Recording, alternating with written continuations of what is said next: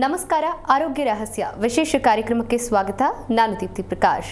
ವೀಕ್ಷಕರೇ, ಇವತ್ತಿನ ಕಾರ್ಯಕ್ರಮದಲ್ಲಿ ಗುಣವಾಚಕ ಹೆಸರು ಅಂದರೆ ಯಾವುದು ಅನ್ನೋದನ್ನು ತಿಳಿದುಕೊಳ್ಳೋಣ. ಇದನ್ನು ತಿಳಿಸ್ಕೊಳ್ಳೋದಕ್ಕೆ ನಮ್ಮ ಜೊತೆ ಇದ್ದಾರೆ ಶ್ರೀಮಾನ್ ಶ್ರೀ ಪುರುಷೋತ್ತಮ್ ದೇಶಿಕ್ ಗುರೂಜಿ. ನಮಸ್ಕಾರ ಗುರೂಜಿ, ಕಾರ್ಯಕ್ರಮಕ್ಕೆ ಸ್ವಾಗತ. ನಮಸ್ಕಾರ ಗುರೂಜಿ. ಇವತ್ತಿನ ಕಾರ್ಯಕ್ರಮದಲ್ಲಿ ಗುಣವಾಚಕ ಹೆಸರು ಅಂದರೆ ಯಾವುದು ಅಂತ ತಿಳಿಸ್ಕೊಡ್ತಾ ಇದ್ದೀರಾ. ಅಂದರೆ ವ್ಯಕ್ತಿತ್ವವನ್ನು, ಗುಣವನ್ನು ಸೂಚಿಸುವಂತಹ ಹೆಸರು ಇದೆಯಾ ಅನ್ನುವಂಥದ್ದು ಎಷ್ಟೋ ಜನಕ್ಕೆ ಗೊತ್ತೇ ಇಲ್ಲ. ಆ ಕುರಿತಂತೆ ತಿಳಿಸ್ಕೊಡೋದಾದರೆ. ಹರಿ ಓಂ ಶ್ರೀ ಗುರುಭ್ಯೋ ನಮಃ.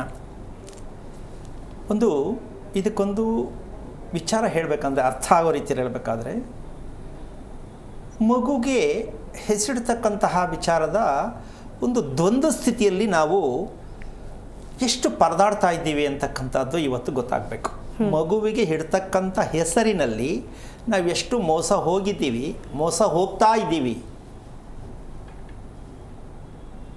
ಅಂತಕ್ಕಂಥದ್ದನ್ನು ಹೇಳಿದಾಗ, ಹಾಗಾದರೆ ಇಲ್ಲಿವರೆಗೂ ಹೇಳಿರೋದು ಇಟ್ಟಿರೋದೆಲ್ಲ ಏನು ಅನ್ನೋ ಪ್ರಶ್ನೆ ನಿಮ್ಮಲ್ಲಿ ಮೂಡ್ತಾ ಇದೆ. ಆ ಪ್ರಶ್ನೆಗೆ ಉತ್ತರ ಇವತ್ತು ನೀವು ಆರಿಸ್ಕೊಂಡಾಗ, ಅರ್ಥ ಮಾಡಿಕೊಂಡಾಗ, ನೀವೇ ತೀರ್ಮಾನ ಮಾಡಿ, ಯಾರೋ ಹೇಳಿದ್ದನ್ನು ಕೇಳೋದಲ್ಲ, ಇದರಲ್ಲಿ ಎಷ್ಟು ಸತ್ಯ ಇದೆ ಅಂತ ಅರ್ಥ ಆದಾಗ, ಗುಣ ಅಂತಕ್ಕಂಥದ್ದು ಪ್ರತಿಯೊಬ್ಬರಿಗೂ ಬೇಕು. ಈ ಗುಣ ಹೆಣ್ಣಿಗೆ ಬೇರೆ ಗಂಡಿಗೆ ಬೇರೆ ಇಲ್ಲ, ಹೌದಾ? ದೇವರು ಹೆಣ್ಣಿಗೆ ಬೇರೆ ಗಂಡಿಗೆ ಬೇರೆ ಇಲ್ಲ, ಹೌದು, ನಿಜ, ಹೌದಾ? ಆತ್ಮ ಗಂಡಿಗೆ ಬೇರೆ ಹೆಣ್ಣಿಗೆ ಬೇರೆ ಇಲ್ಲ. ಆದರೂ ನಾವು ನೀನು ಬೇರೆ ನಾನು ಬೇರೆ, ನೀನು ಹೆಣ್ಣು ನನ್ನ ಗಂಡು, ಭೇದ ಭಾವ ಇದ್ದೇ ಇದೆ. ಇದು ವ್ಯಾವಹಾರಿಕವಾಗಿ, ದೈಹಿಕವಾಗಿ ಆ ಹೆಣ್ಣು ಗಂಡನ ಗುರುತಿಸ್ತಕ್ಕಂಥದ್ದು ಸತ್ಯ. ಆದರೆ ಮನಸ್ಸಲ್ಲಿರೋದು ಭಾವನೆ ಮತ್ತು ಗುಣಗಳು ಮಾತ್ರ ಬೇರೆ ಬೇರೆ ಇರ್ಲಿಕ್ಕೆ ಸಾಧ್ಯ ಇಲ್ಲ. ಗುಣ ಅಂದರೆ ಒಂದೇ. ಇದನ್ನು ಅರ್ಥ ಮಾಡಿಕೊಂಡ್ರೆ ನಾವು ಇಡ್ತಾ ಇರೋ ಹೆಸರು ಎಷ್ಟು ಮಟ್ಟಕ್ಕೆ ಸರಿ ಅಂದರೆ, ಸಂಬಂಧವಿಲ್ಲದ್ದು, ಆಧಾರವಿಲ್ಲದ್ದು ನಾವು ಇಡ್ತಾ ಇರೋ ಹೆಸರು, ಇಟ್ಟಿರೋ ಹೆಸರು ಸಂಬಂಧ ಇಲ್ಲ. ಮಗುಗೂ ಆ ಹೆಸರಿಗೂ ಸಂಬಂಧ ಇಲ್ಲ. ಸಂಬಂಧ ಯಾರೋ ಪ್ರಿಂಟ್ ಹಾಕಿದ್ದು. ಮಗುವಿನ ಹೆಸರಿಗೆ ಪ್ರಿಂಟ್ ಹಾಕಿದ್ರು ಯಾರು? ಪುರೋಹಿತರು. ಏನು, ಇಷ್ಟು ಗಂಟೆಗೆ ಮಗು ಹುಟ್ಟಿದ್ರೆ ಈ ಅಕ್ಷರ ಬರುತ್ತೆ, ಕಾ ಅಂತ ಇಟ್ಬಿಡಿ, ಟಾ ಅಂತ ಇಟ್ಬಿಡಿ. ಇದು ಸೀಲ್ ಹಾಕಿದ್ದು ಗೌರ್ಮೆಂಟ್ನವರು. ಗೌರ್ಮೆಂಟ್ನವ್ರು ಸೀಲ್ ಆಗೋದಕ್ಕೆ ನಾವು ಒಪ್ಪಿಕೊಂಡು ಬದುಕ್ತಾ ಇದ್ದೀವಲ್ಲ. 18 ವರ್ಷದ ಒಳಪಟ್ಟು ಮದುವೆ ಮಾಡಿಕೊಂಡ್ರೆ ಜೈಲು. ಈಗ ನಾವು ಸಿಕ್ಕಾಕೊಂಡ್ಬಿಟ್ಟಿದ್ದೀವಿ. ಆಗು ಹೋಗೆಲ್ಲ ಪೂರ್ತಿ ಎಲ್ಲ ಏನೇ ಆದರೂ ಅವ್ರು ಒಪ್ಪಿಸ್ಬಿಡ್ಬೇಕು. ಅದು ಕೆಟ್ಟೋದ್ರು ಸರಿ, ಓದು ಸರಿಯೇ, ಹೋಗ್ಬಿಟ್ರು ಸರಿಯೇ. ಅಂದರೆ ಹೋಲ್ಸೆಲ್ಲಾಗ ನಾವೇನಾಗ್ತೀವಿ, ಎಲ್ಲ ಇನ್ನೊಬ್ಬರ ಕೈಗೆ ಹೋಗಿ ಸಿಕ್ಕಾಕೊಳ್ಳೋದೇ ನಮ್ಮ ಕೆಲಸ ಆಗ್ತಾ ಇರೋದು. ನಮ್ಮ ಸ್ವತಂತ್ರವಾಗಿ ನಮ್ಮ ಜ್ಞಾನಾರ್ಜನೆಯಿಂದ ನಮ್ಮ ಬದುಕಿನ ಮೌಲ್ಯಗಳನ್ನು ನಾವು ರೂಪಿಸ್ಕೋಬೇಕು ಅಂತ ಗೊತ್ತೇ ಇಲ್ಲ ಅಂದಮೇಲೆ ಏನಕ್ಕೆ ಬಂದಿದ್ದೀವಿ ಭೂಮಿಯಲ್ಲಿ, ಏನು ಕುಟ್ಟಿದೋ ಅಂತ ಪ್ರಶ್ನೆ ಆಗತ್ತೆ. ಖಂಡಿತ. ಯಾರೋ ಹೇಳೋದನ್ನು ಕೇಳ್ತಿದ್ದೀವಿ. ಈಗ ನಾನು ಹೇಳ್ತಿದ್ದೀನಿ ಅಂದರೆ ನಾನು ಹೇಳೋದನ್ನು ಕೇಳಿ ಅಂತಲ್ಲ, ನೀವೇನು ಅಂತ ತಿಳ್ಕೊಳ್ಳಿ ಅಂತ. ನಾನು ಹೇಳೋದನ್ನು ಕೇಳಿದ್ರೆ ಬೇರೆ ಹೇಳಿದಾಗ ನಾನು ಹೇಳೋದಕ್ಕೆ ವ್ಯತ್ಯಾಸ ಇಲ್ಲ. ಹೌದು, ನಾನು ಇಲ್ಲಿ ಸೀಲ್ ಆಗ್ತಾ ಇಲ್ಲ, ಇದನ್ನೇ ಮಾಡಿ ಅಂತ ವಿವರಣೆ ನಿಮ್ಮ ಮುಂದೆ ಇಡ್ತೀವಿ. ಆರಿಸ್ಕೊಳ್ಳೋದು ನಿಮ್ಮ ಇಷ್ಟ. ಬಟ್ಟೆ ಅಂಗಡಿಗೆ ಹೋಗ್ತೀರಾ, ನಿಮ್ಗೆ ಯಾವ್ದು ಬೇಕು ಆರಿಸ್ಕೋತೀರಾ. ಹೋಟೆಲ್ಗೆ ಹೋಗ್ತೀರಾ, ನಿಮ್ಗೆ ಯಾವ್ದು ಬೇಕು ತಿಂತೀರಾ. ಬೇರೆಯವ್ನು ತಿಂತಾರ, ನೀನು ತಿನ್ನಬೇಕು ಅಂತ ಕಾನೂನು ಇಲ್ವಲ್ಲ. ಹೌದು. ಹಾಗೆ ಬದುಕು ಅನ್ನೋದು ನಮಗೆ ಅರ್ಥ ಆಗಿರಬೇಕು, ಅರ್ಥ ಮಾಡ್ಕೊಂಡು ಬದುಕಬೇಕು. ಆವತ್ತಿಗೆ ಈ ಭೂಮಿಯಲ್ಲಿ ಹುಟ್ಟೋದಕ್ಕೆ ಸಾರ್ಥಕ ಅಂತ ನೀವೇ ತಿಳ್ಕೊಳ್ಳಿ. ಬೇರೆಯವ್ರು ಹೇಳೋದನ್ನು ಕೇಳಲೇಬಾರ್ದು ಅಂತ ಕಂಡೀಷನ್ ಇಲ್ಲ. ಕೇಳಿ, ಅದರಲ್ಲಿ ಎಷ್ಟು ಬೇಕು ಆರಿಸ್ಕೊಳ್ಳಿ. ನೀವು ತಿಳ್ಕೊಳ್ಳಿ, ಅದರಲ್ಲಿ ಎಷ್ಟು ಬೇಕು ಆರಿಸ್ಕೊಳ್ಳಿ, ಸೇರಿಸ್ಕೊಂಡು ಬದುಕಿ. ಆದರೆ ನಿಮ್ಮದು ಸ್ವಯಾರ್ಜಿತವಾಗಿ ಆಗಬೇಕು. ಇದನ್ನು ಮಾಡು ಅಂದ ತಕ್ಷಣ ಮಾಡೋಕ್ಕೆ ಹೋಗೋದಲ್ಲ, ಸರಿನಾ ಅಂತ ಯೋಚನೆ ಮಾಡಬೇಕು. ಪುಸ್ತಕ ಓದಿದ್ದೆಲ್ಲ ನಮ್ಮ ತಲೆಗೆ ಬರಲ್ಲ, ಪುಸ್ತಕದಲ್ಲಿ ಇರ್ತಕ್ಕಂಥದ್ದೆಲ್ಲ ಸತ್ಯ ಅಂತ ಹೇಳಕ್ಕೆ ಬರಲ್ಲ. ಹಾಗೆ ಇಷ್ಟೆಲ್ಲ ಯಾಕೆ ನಾನು ವ್ಯಾಖ್ಯಾನವನ್ನು ಕೊಡ್ತಾ ಇದ್ದೀನಿ ಅಂದರೆ, ಒಂದು ವಿಚಾರ ಇದು ಸರಿ ತಪ್ಪು ಅಂತ ಹೇಳಬೇಕಾದ್ರೆ ಸಾಕಷ್ಟು ವಿಚಾರಗಳನ್ನ ಕೊಡಲೇಬೇಕಾಗತ್ತೆ. ನೇರವಾಗಿ ಇದೆಲ್ಲ ತೆಗೆದುಬಿಟ್ಟು ಹಿಂಗೆ ಮಾಡಿಬಿಡ್ರಿ ಹಂಗೆ ಹೇಳೋಕ್ಕಾಗಲ್ಲ. ಹಲವಾರು ರೀತಿಯಲ್ಲಿ ನಿಮ್ಗೆ ಅರ್ಥ ಆದಾಗ, ನೀವು ಅದನ್ನು ಆರಿಸ್ಕೊಂಡಾಗ, ಇದರ ಸತ್ಯ ಇದೆ ಅಂತ ಗೊತ್ತಾದಾಗ, ಅದು ನನಗೂ ಖುಷಿ, ನಿಮಗೂ ಖುಷಿ, ಇಬ್ರಿಗೂ ಖುಷಿ ಆಗಬೇಕು. ಗಂಡನಿಗೆ ಮಾತ್ರ ಖುಷಿ, ಹೆಂಡತಿಗೆ ಖುಷಿ ಬೇಡ ಅಂದರೆ ಕಷ್ಟ. ಇಬ್ರಿಗೂ ಖುಷಿ ಆಗಬೇಕು ಅಲ್ಲಮ್ಮ. ಇದಕ್ಕೆ ದಾಂಪತ್ಯ ಅನ್ನೋದು. ಹಾಗಾಗಿ ಈ ರಹಸ್ಯಕ್ಕೆ ಕಾರಣಕರ್ತನಾಗಿರ್ತಕ್ಕಂತಹ ಶ್ರೀಮನ್ನಾರಾಯಣನ ಪಾದ ಕಮಲಗಳಿಗೆ ಕೋಟಿ ಕೋಟಿ ನಮನಗಳ ಅರ್ಪಣೆಯನ್ನು ಮಾಡಿ, ಮಗುವಿಗೆ ಹೆಸರಿಡೋ ಉದ್ದೇಶ ಏನು ಅಂತ ಅಪ್ಪ ಅಮ್ಮನ ಕೇಳಿದ್ರೆ ನಿಜವಾಗ್ಲೂ ಉತ್ತರ ಇಲ್ಲ ಅಮ್ಮ ಅವ್ರ ಹತ್ರ. ಈ ಕೇಳೋಣ ಕಾರ್ಯಕ್ರಮದಲ್ಲಿ. ಮಗುವಿಗೆ ಹೆಸರಿಡ್ತೀರಲ್ಲ, ಏನಕ್ಕೆ, ಕಾರಣ ಏನು ಅಂತ ಕೇಳಿದ್ರೆ ಅವ್ರು ನಿಜಕ್ಕೂ ಅರ್ಥ ಆಗಿದೆಯಾ ಅನ್ನೋದು ಪ್ರಶ್ನೆ. ಅದಕ್ಕೆ ಅರ್ಥ ಮೊದಲೇ ನಾವು ಹೇಳೋಣ. ಅದಕ್ಕೆ ಹಲವಾರು ಅರ್ಥಗಳಿದೆ, ಆದರೂ ಒಂದು ಲೈನ್ ಹೇಳ್ತೀನಿ ನಾನು. ಏನದು ಅಂದರೆ, ಮಗುಗೆ ಹೆಸರಿಡ್ತಕ್ಕಂಥದ್ದು ಜೀವನದ ಮಾರ್ಗವನ್ನು ತೋರಿಸ್ತಕ್ಕಂಥ ಅಕ್ಷರ ಆಗಿರಬೇಕದು. ಜೀವನಕ್ಕೆ ಮಾರ್ಗವನ್ನು ತೋರಿಸ್ತಕ್ಕಂಥದ್ದು. ಅದೇ ಕರ್ಕೊಂಡೋಗ್ಬೇಕು ನಮ್ಮನ್ನು, ನಾವು ಕರ್ಕೊಂಡು ಹೋಗೋದಲ್ಲ, ನಮ್ಮನ್ನು ಕರ್ಕೊಂಡು ಹೋಗ್ಬೇಕದು. ದುಡ್ಡು ಅದೇ ಸಿಕ್ಕಬೇಕು, ನಾವು ಹುಡ್ಕೋದಲ್ಲ. ಹೌದು. ಹೆಣ್ಣು ಅದೇ ಸಿಕ್ಕಬೇಕು, ನಾವು ಹುಡ್ಕೋದಲ್ಲ. ಊಟ ಅಕಸ್ಮಾತ್ ಸ್ಟಾರ್ ಹೋಟ್ಲ ನಾವು ಯಾರೋ ಕರ್ಕೊಂಡು ಊಟ ಮಾಡಿಸ್ಬೇಕು, ಹೇಗಿರುತ್ತೆ? ಅಯ್ಯೋ ನಾನು ಅಂದ್ಕೊಂಡೇ ಇಲ್ಲ ಇವತ್ತು ಯಾರು ಊಟ ಮಾಡ್ತಾರೆ. ಇದು ಜೀವನ. ಈ ಜೀವನ ಎಷ್ಟು ಖುಷಿ ಕೊಡುತ್ತೆ ಅಲ್ವಾ? ನಿರೀಕ್ಷೆ ಇಲ್ಲದೆ ಬದುಕೋದಿದೆಯಲ್ಲ, ಇದು ನಿಜವಾದ ಬದುಕು. ಈ ಬದುಕು ಎಲ್ರಿಗೂ ಬೇಕು ಅಂತಕ್ಕಂಥ ಒಂದು ನಿರೀಕ್ಷೆ ಮೇಲೆ ಈ ಮಾತನ್ನು ಮಾತಾಡ್ತಾ ಇದ್ದೀನಿ, ವಿಚಾರಗಳನ್ನ ಹೇಳ್ತಾ ಇದ್ದೀನಿ. ನೀವು ನಿರೀಕ್ಷೆ ಇಟ್ಕೊಳ್ಳೋ ಬದಲು ಏನು ಸತ್ಯ ಅರ್ಥ ಆಯಿತು ಅಂತ ಗೊತ್ತಾಗಬೇಕು. ಒಂದು ಜೀವನದ ಮಾರ್ಗವನ್ನು ತೋರಿಸ್ತಕ್ಕಂಥ ಒಂದು ಅಕ್ಷರ ಆಗಬೇಕು. ಇನ್ನೊಂದು, ನಾವು ಏನು ಕರ್ಮ ಮಾಡಿದ್ದೇವೋ, ಏನು ಪಾಪ ಮಾಡಿದ್ದೀವೋ, ಏನು ಪುಣ್ಯ ಮಾಡಿದ್ದೀವೋ, ಏನೋ ಒಂದು ಹೇಳ್ಕೊಳ್ತೀವಿ, ವಿಧಿ ಕರ್ಮ ಇನ್ನೊಂದೆಲ್ಲ. ಇದು ಇನ್ನೊಂದು ಅಕ್ಷರದಲ್ಲಿ ಆ ಕರ್ಮಗಳು ಪಾಪಗಳು ಹೋಗ್ಬಿಡ್ಬೇಕು ಅಮ್ಮ. ಇದು ನಿಜವಾದ ಹೆಸರು. ಒಂದು ಮಗುವಿಗೆ ಹೆಸರಿಡಬೇಕಾದ್ರೆ ಈ ಎರಡೂ ಅರ್ಥಗಳನ್ನು, ಒಂದು ಜೀವನದ ಮಾರ್ಗ ಬೇಕು, ಇನ್ನೊಂದು ನಾವು ಯಾವಾಗ ಏನು ಮಾಡಿದ್ವೋ, ಈಗ ಮಾಡಿದ್ವೋ, ಇನ್ನೊಂದು ಜನ್ಮದಲ್ಲಿ ಮಾಡಿದ್ವೋ ಅದು ಹೋಗ್ಬಿಡ್ಬೇಕು. ಈ ಜನ್ಮಕ್ಕೆ ಕ್ಲೋಸ್ ಆಗಬೇಕು, ಇನ್ನೊಂದು ಜನ್ಮಕ್ಕೆ ಬರಬಾರ್ದು, ತಪ್ಪು ಅನ್ನೋದು ಬರಬಾರ್ದು. ಇದನ್ನು ತೀರ್ಸಕ್ಕೇನೆ ಭಗವಂತ ರಿಪೀಟ್ ಮಾಡಿ ಇಲ್ಲಿಗೆ ಕಳಿಸೋದು. ಹೋಗು ಸಾಲ ತೀರ್ಸ್ಬಿಟ್ಟು ಬಾ, ಹೋಗು ಸಾಲ ತೀರ್ಸ್ಬಿಟ್ಟು ಬಾ. ನಮ್ಗೆ ಅದು ಗೊತ್ತಿಲ್ಲ. ದೇವರು ಇಲ್ಲಿ ಕಳಿಸ್ತಾ ನಾನು ಬಂದಿದ್ದೀನಿ ಅಂತ ಅನ್ಕೊಂಡೋದು. ಏನಕ್ಕೆ ಕಳ್ಸೋನು ದೇವರು ಅಂತ ಕೇಳೋ ಉತ್ತರ ಇಲ್ಲ. ಕರ್ಮ ತೀರಿಸಿಲ್ಲ, ತೀರ್ಸೇ ಬರಬೇಕು ನೀನು.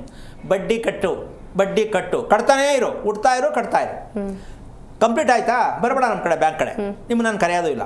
ಹೀಗೆ ನಮ್ಮ ವ್ಯವಹಾರ ಈ ಭೂಮಿಗೆ ಬಂದಿರತಕ್ಕಂತಹ ಒಂದು ಸತ್ಯವನ್ನು ತಿಳಿಸೋದಕ್ಕೆ ನಾವು ಗೊತ್ತಿಲ್ಲದೆ ಬರ್ತಾ ಇದ್ದೀವಲ್ಲ ಅಂತ ಪದೇ ಹುಡ್ತೀವಿ, ಪದೇ ಸಾಯ್ತೀವಿ. ಗೊತ್ತಾದಾಗ ಮತ್ತೆ ಜನ್ಮ ಇಲ್ಲ, ಗೊತ್ತಾಗೋವರೆಗೂ ಹುಡ್ತಾನೇ ಇರ್ತೀವಿ. ಇದನ್ನು ನಾವು ತಿಳ್ಕೊಂಡ್ರೆ ತುಂಬ ಒಳ್ಳೆಯದು. ಯಾಕೆಂದರೆ ಏನೇನು ಮಾಡಿದ್ನೋ, ಏನಕ್ಕೆ ಹಿಂಗೆ ಹುಟ್ಟಿದ್ನೋ ಅನ್ನೋ ಬದಲು ನಾನು ಸಾಲ ತೀರಿಸಿಲ್ಲ, ಅದಕ್ಕೆ ಅನುಭವಿಸ್ತಾ ಇದ್ದೀನಿ ಅಂತ ತಿಳ್ಕೊಂಡ್ಬಿಡ್ಬೇಕು. ಗುರುಜಿ, ಒಬ್ರು ಕಾಲರ್ ಇದ್ದಾರೆ, ವೀರೇಶ್ ಅಂತ ಬಳ್ಳಾರಿಯಿಂದ ಕರೆ ಮಾಡಿದ್ದಾರೆ. ನಮಸ್ಕಾರ ವೀರೇಶ್. ನಮಸ್ಕಾರ ಮೇಡಮ್. ಕೇಳಿಸ್ತಾ ಇದೆಯಾ? ಹಾಂ, ಕೇಳಿಸ್ತಾ ಇದೆ ಸರ್. ನಮಸ್ಕಾರ. ನಮಸ್ಕಾರ. ನಿಮ್ಮ ನಕ್ಷತ್ರ ತಿಳಿಸ್ಕೊಡಿ. ಆರಿದ್ರ ನಕ್ಷತ್ರ, ವೀರೇಶ್ ಅಂತ ಮೇಡಮ್ ನನ್ನ ಹೆಸರು. ಇವರೆಲ್ಲ ಬಳ್ಳಾರಿಲೇ ಇದ್ದಾರೆ, ಇವ್ರ ಹತ್ರ ಮಾತಾಡೋಕ್ಕಾಗಲ್ಲ. ಸರ್, ನಿಮ್ಮ ವಾಯ್ಸ್ ಕೇಳಿಸ್ತಾ ಇಲ್ಲ. ಮಿಥುನ್ ರಾಶಿ ಮೇಡಮ್. ಆಗಲ್ಲ ಸರ್, ಕೇಳಿಸ್ತಾ ಇಲ್ಲ ಸರ್ ವಾಯ್ಸ್ ನಿಮ್ದು. ಹಲೋ ಮೇಡಮ್, ಕೇಳಿಸ್ತಾ ಇದೆ? ಜೋರಾಗಿ ಮಾತಾಡಿ ಸರ್. ಹಲೋ ಮೇಡಮ್, ಕೇಳಿಸ್ತಾ ಇದೆ? ಓಕೆ, ಹೇಳಿಯಪ್ಪ, ಏನಾಗ್ಬೇಕು ವೀರೇಶ್? ಹರಿ ಓಂ ಗುರುಗಳೇ. ನಾರಾಯಣ ಹೇಳಿ. ನಮ್ದು ಆರಿದ್ರ ನಕ್ಷತ್ರ, ಮಿಥುನ್ ರಾಶಿ, ವೀರೇಶ್ ಅಂತ ನಮ್ಮ ಹೆಸರು. ನಾವು ಆರಿದ್ರ ನಕ್ಷತ್ರ ಯಾಕೆ ಹುಟ್ಟಿದ್ದೇವೆ ಗುರುಗಳೇ? ಏನು ಹೇಳಿದ್ರಿ? ಇನ್ನೊಂದ್ಸಲ ಹೇಳಿ. ಆರಿದ್ರ ನಕ್ಷತ್ರದಲ್ಲಿ ಏನು ಕೊಡುತ್ತೆ ಅಂತನಾ? ಹ್ಞೂ ಗುರುಗಳೇ. ಎಷ್ಟು ವಯಸ್ಸು? ನಮಗೀಗ 45 ವರ್ಷ ಗುರುಗಳೇ. ನೀವೇನಾ? ಹ್ಞೂ ಮೇಡಮ್. ಹ್ಞೂ ರೀ ಗುರುಗಳೇ. ಈಗ ವೀರೇಂದ್ರ ಅಂತ ಹೆಸರು ಏನಕ್ಕೆ ಬಂತಾಗಾದ್ರೆ? ಆರಿದ್ರ ನಕ್ಷತ್ರ ಅಂತ ಹೇಳಿ ಜನ್ಮನಾಮ ಕೊಟ್ರೇಶಪ್ಪ ಅಂತ ಇತ್ತು ಗುರುಗಳೇ. ಅದು ನಮ್ಮ ಅಪ್ಪಾಜಿ ಅವ್ರು ನಮ್ಮ ಕಕ್ಕರ ಹೆಸರು ಕೊಟ್ರೇಶಪ್ಪ ಇತ್ತು, ಬೇಡ ಅಂದ್ ವೀರೇಶ್ ಅಂತ ಹೆಸರಿಟ್ಟಾರೆ ಗುರುಗಳೇ. ಬೇಡ ಅಂತ ಕಾರಣ ಏನು? ಚೆನ್ನಾಗಿಲ್ಲ ಅಂತನಾ? ಅಲ್ಲ, ಒಬ್ರು ನಮ್ಮ ಹಿರಿಯರದ ಹೆಸರು ಇದೆಯಲ್ಲ, ಬೇಡ ಅಂತಂದ ಹೇಳಿ ಮನೆ ದೇವ್ರ ಹೆಸರು ಇಟ್ಬಿಟ್ಟಿದ್ದಾರೆ ಗುರುಗಳೇ, ವೀರೇಶ್ ಅಂತ. ಏನು ಓದಿದ್ದೀರಾ ನೀವು? ನೀವೇನು ಓದಿದ್ದೀರಪ್ಪ? ಡಿಗ್ರಿ ಮಾಡಿದ್ದೆ ಗುರುಗಳೇ. ಓಕೆ. 42 ವರ್ಷನಾ? 45 ಗುರುಗಳೇ. ಮದುವೆ ಆಗಿದೆ ಗುರುಗಳೇ, ಮಕ್ಕಳಾಗಿಲ್ಲ. 7-8 ವರ್ಷ ಆಯ್ತು ಮದುವೆ ಆಗಿ. ಈ ಪ್ರಶ್ನೆನ ಇವತ್ತು, ಯಾಕೆ ಮಕ್ಕಳು ಇನ್ನೂ ಆಗಿಲ್ಲ ಅಂತನಾ? ಮಕ್ಕಳಾಗಿಲ್ಲ ಗುರುಗಳೇ. ಇದು ಜೀವನದಲ್ಲಿ ವ್ಯವಹಾರದಲ್ಲಿ ಏಳ್ಗೇನಿಲ್ಲ ಗುರುಗಳೇ. 35 ವರ್ಷ ಆಯ್ತು. ಓಕೆ. ಒಂದು ಹೆಸರು ಇಡಬೇಕಾದ್ರೆ ಡಿಗ್ರಿ ಓದಿದ್ದೀರಾ? ಹೌದು ಗುರುಗಳೇ.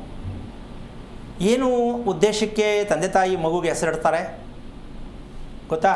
ಏನೋ ನಮಗೆ ಗೊತ್ತಿಲ್ಲ. ಹ್ಞೂ ಗುರುಗಳೇ, ಹೌದು. ಹೌದು ಒಂದು ಏನು ಹೇಳಲಿಲ್ಲ, ಹೌದು ಅಂದ್ಬಿಡ್ತಾ ಇದ್ದೀರಾ? ಗೊತ್ತಿದೆಯಾ ನಿಮ್ಗೆ ಏನಾದ್ರು ಅಂತ? ಹೆಸರಿಡೋದಕ್ಕೆ ಕಾರಣ ಏನು? ಯಾಕೆ ಹೆಸರಿಡಬೇಕು? ಹೆಸರಲ್ಲಿ ಏನು ಸತ್ಯ ಇರಬೇಕು ಅಂದರೆ ಏನು ಹೇಳ್ತಿರ್ತಾವು? ಹೆಸರನ್ನು ಮಗುಗೆ ಇಡೋ ಕಾರಣ ಏನು? ಗುರ್ತಗ, ಬದುಕಲಿಕ್ಕ, ಚೆನ್ನಾಗಿರಕ್ಕ, ಸಂಪಾದನೆ ಮಾಡಕ್ಕ, ಏನಕ್ಕೆ ಹೆಸರಿಡೋದು? ಅಷ್ಟೇ. ಕರೆ ಕಟ್ಟಾಗಿದೆ ಅನ್ಸುತ್ತೆ. ಥ್ಯಾಂಕ್ ಯು ವೀರೇಶ್ ಅವರೇ ಕರೆ ಮಾಡಿದ್ದಕ್ಕಾಗಿ. ಇದೀಗ ಇನ್ನೊಬ್ರು ಕಾಲ್ ಇದ್ದಾರೆ, ಕರಿಬಸಪ್ಪ ಅಂತ ದಾವಣಗೆರೆಯಿಂದ ಕರೆ ಮಾಡಿದ್ದಾರೆ. ನಮಸ್ಕಾರ ಕರಿಬಸಪ್ಪ. ಗುರುಜಿ ಎರಡೂ ಕರೆ ಕಟ್ಟಾಗಿದೆ ಅಂತ ಅನ್ಸುತ್ತೆ. ಇನ್ನು ಮಗುವಿಗೆ ಹೆಸರನ್ನ ಯಾಕೆ ಇಡಬೇಕು ಅಂತ ತಿಳಿಸ್ಕೊಡ್ತಾ ಇದ್ರಿ, ಆ ಕುರಿತಂತೆ ಮುಂದುವರಿಸಿ. ಅಂದರೆ ಮಗುವಿನ ಹೆಸರನ್ನ ಯಾವ ರೀತಿ ಇಡಬೇಕು, ಯಾಕೆ ಇಡಬೇಕು ಅಂತ ನಾವು ಕೇಳಕ್ಕಾಗಲ್ಲ, ಮೇಲೆ ಬಿದ್ದುಬಿಡ್ತಾರೆ. ಇನ್ನು ಹೆಸರು ಹಿಡಿದು ಏನಾರ ಇಡಬೇಕಾಗತ್ತೆ ಅಂತ. ಅಂದರೆ ಇದ್ರ ಕಾರಣ ಏನು ತಿಳ್ಕೊಂಡು ಹೆಸರಿಡಬೇಕು ಅಂತಕ್ಕಂಥ ಒಂದು ವಿಚಾರ. ಆ ರೀತಿ ಲೆಕ್ಕ ಹಾಕ್ಕೊಂಡಾಗ ನಾನು ಆವಾಗಲೇ ಹೇಳಿದೆ, ಕರ್ಮ ಕಳಿಯೋಕ್ಕೆ ಮುಂದಿನ ದಾರಿ, ಮುಂದೆ ಎಲ್ಲಿಗೆ ಹೋಗ್ಬೇಕಲ್ಲಿ ಕರ್ಕೊಂಡು ಹೋಗೋದಕ್ಕೆ ಹೆಸರಿಡಬೇಕು ಅಂತ. ಅದಕ್ಕೆ ನಾವು ಭಗವಂತನ ಹೆಸರು, ಭಗವಂತನ ಹೆಸರು ಯಾವುದು ಅಂತ ಕೇಳಿದ್ರೆ ಏನೋ ಹೇಳಕ್ಕಾಗತ್ತೆ ನಮ್ಮ ಭಗವಂತನ ಹೆಸರು ಯಾವುದು? ನಾವು ಇಟ್ಕೊಂಡಿದ್ದೀವಿ ಆಂಜನೇಯ, ಗಣಪತಿ, ಷಣ್ಮುಖ ಇಟ್ಕೊಂಡಿದ್ದೀವಿ, ಶಿವ. ನಿಜವಾಗಿಯೂ ಭಗವಂತನ ಹೆಸರು ಒಂದೇ. ಹೆಣ್ಣು ದೇವ್ರಿಗೆ, ಗಂಡು ದೇವ್ರಿಗೆ, ಎಲ್ಲ ದೇವ್ರಿಗೆ ಸೇರಿ ಎಲ್ಲವೂ ಇಡೀ ಬ್ರಹ್ಮಾಂಡಕ್ಕೆ ಒಂದೇ ಅಕ್ಷರ, ಒಂದೇ ಹೆಸರು. ಇದು ನಿಜವಾಗ್ಲೂ ತಿಳ್ಕೊಳ್ಬೇಕಾದ ವಿಚಾರ.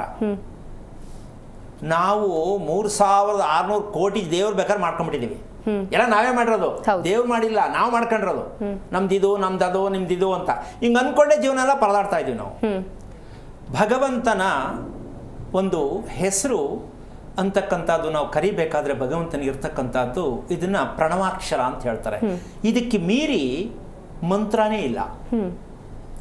ಈಗ ನಾವು ಮಂತ್ರ ಹೇಳಬೇಕು, ಹೇಳಿದ್ರೆ ಒಳ್ಳೇದಾಗತ್ತೆ. ಸಾಕಷ್ಟು ಮನೆಗಳಲ್ಲಿ ಮಂತ್ರ ಹೇಳ್ತಾರೆ ಪುಸ್ತಕ ನೋಡಿಕೊಂಡು. ನಿಜವಾಗ್ಲೂ ಹೇಳ್ತೀನಿ. ಆಮೇಲೆ ಇದೊಂದು ಭಾಗ ಗೊತ್ತಿಲ್ಲ ಪಾಪ, ಅವರು ಏನೋ ಮಂತ್ರ ಹೇಳಿದ್ರೆ ಒಳ್ಳೇದಾಗತ್ತೆ, ಅಷ್ಟೋತ್ತರ ಮಾಡಿದ್ರೆ ಒಳ್ಳೇದಾಗತ್ತೆ ಅಂತ ತಿಳ್ಕೊಂಡು ಮಾಡ್ತಿರ್ತಾರೆ. ಅವ್ರು ಇನ್ನೂ ಹಿನ್ನಡೆ ಆಗ್ತಾರೆ, ಇನ್ನೂ ರಾಕ್ಷಸನ ಜಾಸ್ತಿ ಆಗತ್ತೆ, ಕೋಪ ಜಾಸ್ತಿ ಆಗತ್ತೆ, BP ಜಾಸ್ತಿ ಆಗತ್ತೆ ಮಂತ್ರ ಹೇಳೋದ್ರಿಂದ ಅಂತ ಅವ್ರಿಗಿನ್ನೂ ಗೊತ್ತಿಲ್ಲ.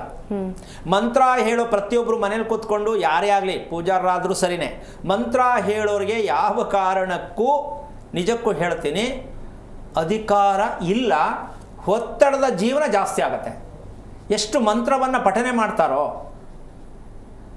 ಅಷ್ಟೂ ಕೂಡ ನಮಗೆ ಮನಸ್ಸಿನಲ್ಲಿ ಒತ್ತಡ ಜಾಸ್ತಿ ಆಗತ್ತೆ. ಯಾಕೆ ಅಂದರೆ ನಮಗದು ಯೋಗ್ಯತೆ ಇಲ್ಲ. ಆ ಮಂತ್ರವನ್ನು ಹೇಳುವ ಯೋಗ್ಯತೆ ನಮಗಿಲ್ಲ, ಹೇಳಬಾರದು. ಅದು ಇದು ಪ್ರದರ್ಶನಕ್ಕೆ ಬಂದ್ಬಿಟ್ಟೈತೆ. ಮಂತ್ರ ಹೇಳೋದು ಅಂದರೆ ಯಾರು ಹೇಳಬಾರದು ಅಂತಲ್ಲ, ಅದಕ್ಕೆ ಆದ ಒಂದು ನಿಯಮ ಇದೆ, ಅದಕ್ಕೆ ಒಂದು ಸ್ಥಳ ಇದೆ, ಅದಕ್ಕೆ ಅಂತ ವ್ಯಕ್ತಿ ಇದ್ದಾರೆ, ಅವರಷ್ಟೇ ಹೇಳಬೇಕು. ನನಗೆ ಬರಲ್ವಾ, ಪುಸ್ತಕ ತಗೊಂಡು ನಾನು ಹೇಳ್ತೀನಿ, ಈ ರೀತಿ ನಾವು ಬಂದ್ಬಿಟ್ಟಿದ್ದೀವಿ. ಅದಕ್ಕೋಸ್ಕರವಾಗಿ ಸಾಮಾನ್ಯವಾಗಿ ಯಾಕೆ ಇದನ್ನು ಮಾಡಬಾರ್ದು ಅಂದರೆ, ಮಕ್ಕಳು ಓದ್ತಾ ಇಲ್ಲ ಅಂದರೆ ಗಣಪಂಡಿತರುಗಳು ಹೇಳ್ಕೊಟ್ಬಿಡ್ತಾರೆ, ಕ್ಲೀಮ್ ಅಂತ ಹೇಳಿಸ್ಬಿಡು, ರೀಮ್ ಅಂತ ಹೇಳಿಸ್ಬಿಡು. ಇದು ಹೆಂಗ್ರಿ ಕರ್ಮ, ಇದು ಮಗುಗೆ ಇನ್ನೂ ಜೀವನ ಪರ್ಯಂತ ಅನುಭವ ಮಾಡಿಟ್ಬಿಡ್ತಾರೆ. ಮಗುವಿಗೆ ಮಂತ್ರವನ್ನು ಉಚ್ಚಾರಣೆ ಮಾಡ ಹೇಳ್ಕೊಡಕ್ಕೆ ನಮ್ಗೆ ಅಧಿಕಾರ ಇಲ್ಲ. ಅದರಂಥ ನರಕ ವ್ಯಾಪ್ತಿ ಇನ್ನೊಂದಿಲ್ಲ. ಯಾಕೆ ಈ ಮಾತು ಹೇಳ್ತಾ ಇದ್ದೀನಿ ಅಂದರೆ, ಈ ಮಂತ್ರವನ್ನು ರಚನೆ ಮಾಡೋರು ಯಾರು? ಬ್ರಹ್ಮಜ್ಞಾನಿಗಳು. ನಾವು ಬ್ರಹ್ಮಜ್ಞಾನಿ ಆಗಿದ್ದೀವಾ? ಇಲ್ಲ. ಮತ್ತು ಅದು ಹೆಂಗ್ರಿ ಮಂತ್ರ ಹೇಳ್ತೀರಾ ನೀವು? ಋಷಿಮುನಿಗಳು ಬ್ರಹ್ಮಜ್ಞಾನಿಗಳಾಗಿದ್ರು, ಆ ಬ್ರಹ್ಮಜ್ಞಾನಿಗಳ ಬಾಯಿಂದ ಮಂತ್ರ ಬರ್ತಿತ್ತು. ನಾವು ಬಾಯಲ್ಲಿ ಏನೇನು ಬರೋಲ್ಲ ಎಲ್ಲ ಮಾತಾಡ್ತೀವಿ. ಹೌದು.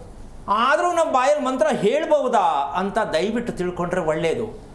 ಈ ಮೂರ್ಖರು ಹೇಳ್ಕೊಟ್ಬಿಡ್ತಾರೆ, ಕುಬೇರ ಮಂತ್ರ ಹೇಳಕಳಿ ಶ್ರೀಮಂತಿಗೆ ಬರುತ್ತೆ, ಅವ್ರನ್ನೇ ಕೇಳಬೇಕು ನಿನಗೆಷ್ಟು ಕುಬೇರತ ಬಂದೈತೆ ಅಂತ. ಆಯಿತಾ, ಮಗು ಓದ್ತಾ ಇಲ್ಲ, ಈ ಮಂತ್ರ ಹೇಳ್ಬಿಡಿ ಮಗು ಓದುತ್ತೆ. ಮದುವೆ ಆಯ್ತಾ ಇಲ್ಲ, ಈ ಮಂತ್ರ ಹೇಳಿ. ಅಮ್ಮ, ನಮ್ಮ ದೇಶಕ್ಕೆ ಬೆಂಕಿ ಹಚ್ಚೋ ಕೆಲಸ ಏನು ಮಾಡ್ಬೇಕು ಅದನ್ನೇ ಮಾಡ್ತಿದ್ದಾರೆ. ಏನು ಮಂತ್ರ ದೇವ್ರಂದ್ರೆ ಕೊಂಡ್ಕೋತಾ ಇದ್ದೀವಿ? ಹಾಗಾದರೆ ಅವರನ್ನು ಒಳ್ಳೇದಾಗಲಿ ಅಂತ ಕೇಳಕ್ಕೆ ಹೋದರೆ ಈ ಮಂತ್ರ ಹೇಳ್ಕೊಳ್ಳಿ ಅಂತ ದುಡ್ಡು ಇಸ್ಕೊಂಡು ಮಂತ್ರ ಹೇಳ್ಕೊಟ್ಬಿಟ್ರೆ ಏನಾಗಬೇಕು? ಹೌದು ಅಲ್ವಾ? ಅದಕ್ಕೋಸ್ಕರವಾಗಿ ಧರ್ಮದ ಆಧಾರದಲ್ಲಿ ಒಂದು ಲೆಕ್ಕ ತಗೊಂಡ್ರೆ, ಮಾಂಸಾಹಾರವನ್ನು ಬಳಸುವವರು ಬಾಯಲ್ಲಿ ಭಗವಂತನ ಹೆಸರೇಳಕ್ಕೆ ಅರ್ಹತೆ ಇಲ್ಲ ಅಂತ ಹೇಳುತ್ತೆ. ಮಾಂಸಾಹಾರವನ್ನು ಬಳಸುವವರು ಭಗವಂತನ ಹೆಸರು ಕೂಡ ಹೇಳುವ ಹಾಗಿಲ್ಲ. ಅಂದ್ರೆ ಹೇಳ್ಬೇಡಿ ಅಂತಲ್ಲ, ಆ ರೀತಿ ಕ್ರಮ ಇಲ್ಲ. ಕಾರಣ ಉಚ್ಚಾರಣೆ ಲೋಪ ಬರುತ್ತೆ ಅಂತಾನೆ ಹೊರತು ಹೇಳಬಾರ್ದು ಅಂತಲ್ಲ. ಈಗ ಶುಕ್ಲ ಎಷ್ಟು ಅರ್ಥ ಮಾಡ್ಕೊಂಡು ಮಾತಾಡ್ತೀನೋ. ಶುಕ್ಲಾಂಬರದ್ರಂ ಎಷ್ಟೋ ಜನ ನೋಡಿ, ಶುಕ್ಲಾಂಬರದ್ರಂ ಸು ಅಲ್ಲ, ಅದು ಶುಕ್ಲ ಅಂದ್ರೆ ಉದಾಹರಣೆ ಹೇಳ್ತಾ ಇರ್ತಕ್ಕಂಥದ್ದು. ನಾವು ಉಚ್ಚಾರಣೆ ಎಷ್ಟು ಮಟ್ಟಕ್ಕೆ ಸರಿ ಅಂದರೆ, ಮಾಂಸಾಹಾರವನ್ನು ಬಳಸ್ತಕ್ಕಂತಹ ಒಂದು ಸನ್ನಿವೇಶದಲ್ಲಿ ಇರ್ತಕ್ಕಂತಹ ಒಂದು ಉಚ್ಚಾರಣೆಗಳು ಸ್ವಲ್ಪ ಲೋಪ ಬರುತ್ತೆ. ಅದೇನು 29 ಅಂತಾರೆ ಕೆಲವರು, 29 ಅಲ್ಲ 29 ಅಂತಾರೆ. ರಾವತ್ತಲ್ಲಿ. ಅಂದ್ರೆ ಈ ರೀತಿ ತಪ್ಪು ಮಾಹಿತಿಯನ್ನ ಮಾತಾಡ್ತಕ್ಕಂಥ ಒಂದು ಭಾಗಗಳು, ಅಕ್ಷರಗಳು, ಪದಗಳು ಜೋಡಣೆ ಮಾಡೋದಕ್ಕೆ ತುಂಬ ಕಷ್ಟ ಆಗ್ತದೆ. ಸೊ ಇದೆಲ್ಲ ನಾವು ತಿಳ್ಕೋಬೇಕು. ಯಾಕೆ ಆ ರೀತಿ ಕಷ್ಟ ಆಗುತ್ತೆ, ಯಾರು ಮಂತ್ರ ಹೇಳಬೇಕು, ಅವರೇ ಹೇಳಬೇಕು, ಅದನ್ನ ನಾವು ಕೇಳಿಸ್ಕೋಬೇಕು, ಅದರಲ್ಲೇ ಒಳ್ಳೇದಾಗತ್ತೆ. ನಾವು ಮಂತ್ರ ಹೇಳಕ್ ಹೋಗಬಾರ್ದು. ಹೇಳೋ ನಿಮ್ಮಿಷ್ಟ ಹೇಳ್ಕೊಳ್ಳಿ, ಯಾಕೆಂದ್ರೆ ನಮ್ದಿರೋ ನಾವೇನು ಮಾಡೋಕ್ಕಾಗಲ್ಲ, ಇರೋ ಸತ್ಯ ಹೇಳ್ತಾ ಇದ್ದೀನಿ. ಈ ರೀತಿ ಮಂತ್ರ ಪಠನೆ ಮಾಡ್ತಕ್ಕಂತಹ ವಿಚಾರ ನಾವು ಬ್ರಹ್ಮಜ್ಞಾನಿಗಳಾಗಿಲ್ಲ. ಆ ಕಾರಣದಾಗಿ ಸುಳ್ಳು ಹೇಳುವ ಬಾಯಲ್ಲಿ ಮಂತ್ರವನ್ನ ಹೇಳಬಾರದು. ಸುಳ್ಳು ಹೇಳುವ ಬಾಯಿ ಪ್ರತಿ ಕ್ಷಣನೂ ಸುಳ್ಳು. ಅದಕ್ಕೆ ಇದು ಮ್ಯಾಚು, ಇದಕ್ಕೆ ಅದು ಮ್ಯಾಚು, ಅದು ತೆಗೆದು ಈ ಕಡೆ ಜಾಯಿಂಟ್ ಕೊಡೋದು, ಇದು ತೆಗೆದು ಅದು. ಈ ಸುಳ್ಳು ಹೇಳೋರಿಗೆ ಮಂತ್ರ ಇಲ್ಲ. ಅಮ್ಮ, ಈ ಪ್ರಪಂಚದಲ್ಲಿ ಈ ಥರ ಹುಡುಕಿದ್ರೆ ಎಲ್ಲಿ ಸಿಗ್ತಾರೆ? ಸಾಧ್ಯ ಇದೆಯಾ? ಆದರೂ ನಾವು ಅದನ್ನು ಹೇಳ್ತಾನೆ ಇದ್ದೀವಿ, ಮಕ್ಕಳ ತಲೆ ಮೇಲೆ ಏರ್ತಾನೆ ಇದ್ದೀವಿ. ಆಮೇಲೆ ಮಕ್ಕಳು ಒಳ್ಳೇದಾಗಲಿಲ್ಲ ಅಂತ ಆಮೇಲೆ ಕೂತ್ಕೊಂಡು ಹೇಳ್ತೀವಿ. ಅಂದರೆ ನಾವು ಮಾಡ್ತಾ ಇರ್ತಕ್ಕಂಥ ಪ್ರತಿಯೊಂದು ಮಕ್ಕಳಿಗೆ ನಾವು ಕೊಡ್ತಾ ಇರ್ತಕ್ಕಂಥ ಒಂದು ಸಂದೇಶಗಳೇನಾಗಿದೆ, ಮಕ್ಕಳಿಗೆ ನಾವು ಅಧೋಗತಿಗೆ ತಗೊಂಡೋಗ್ತಾ ಇದ್ದೀವಿ ಅಂತ ಗೊತ್ತಾಗಲ್ಲ.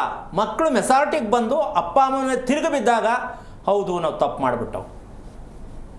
ಸೊ ಈ ಥರ ಸನ್ನಿವೇಶ ನಾವು ತುಂಬ ಅನುಭವಿಸ್ತಾ ಇದ್ದೀವಿ.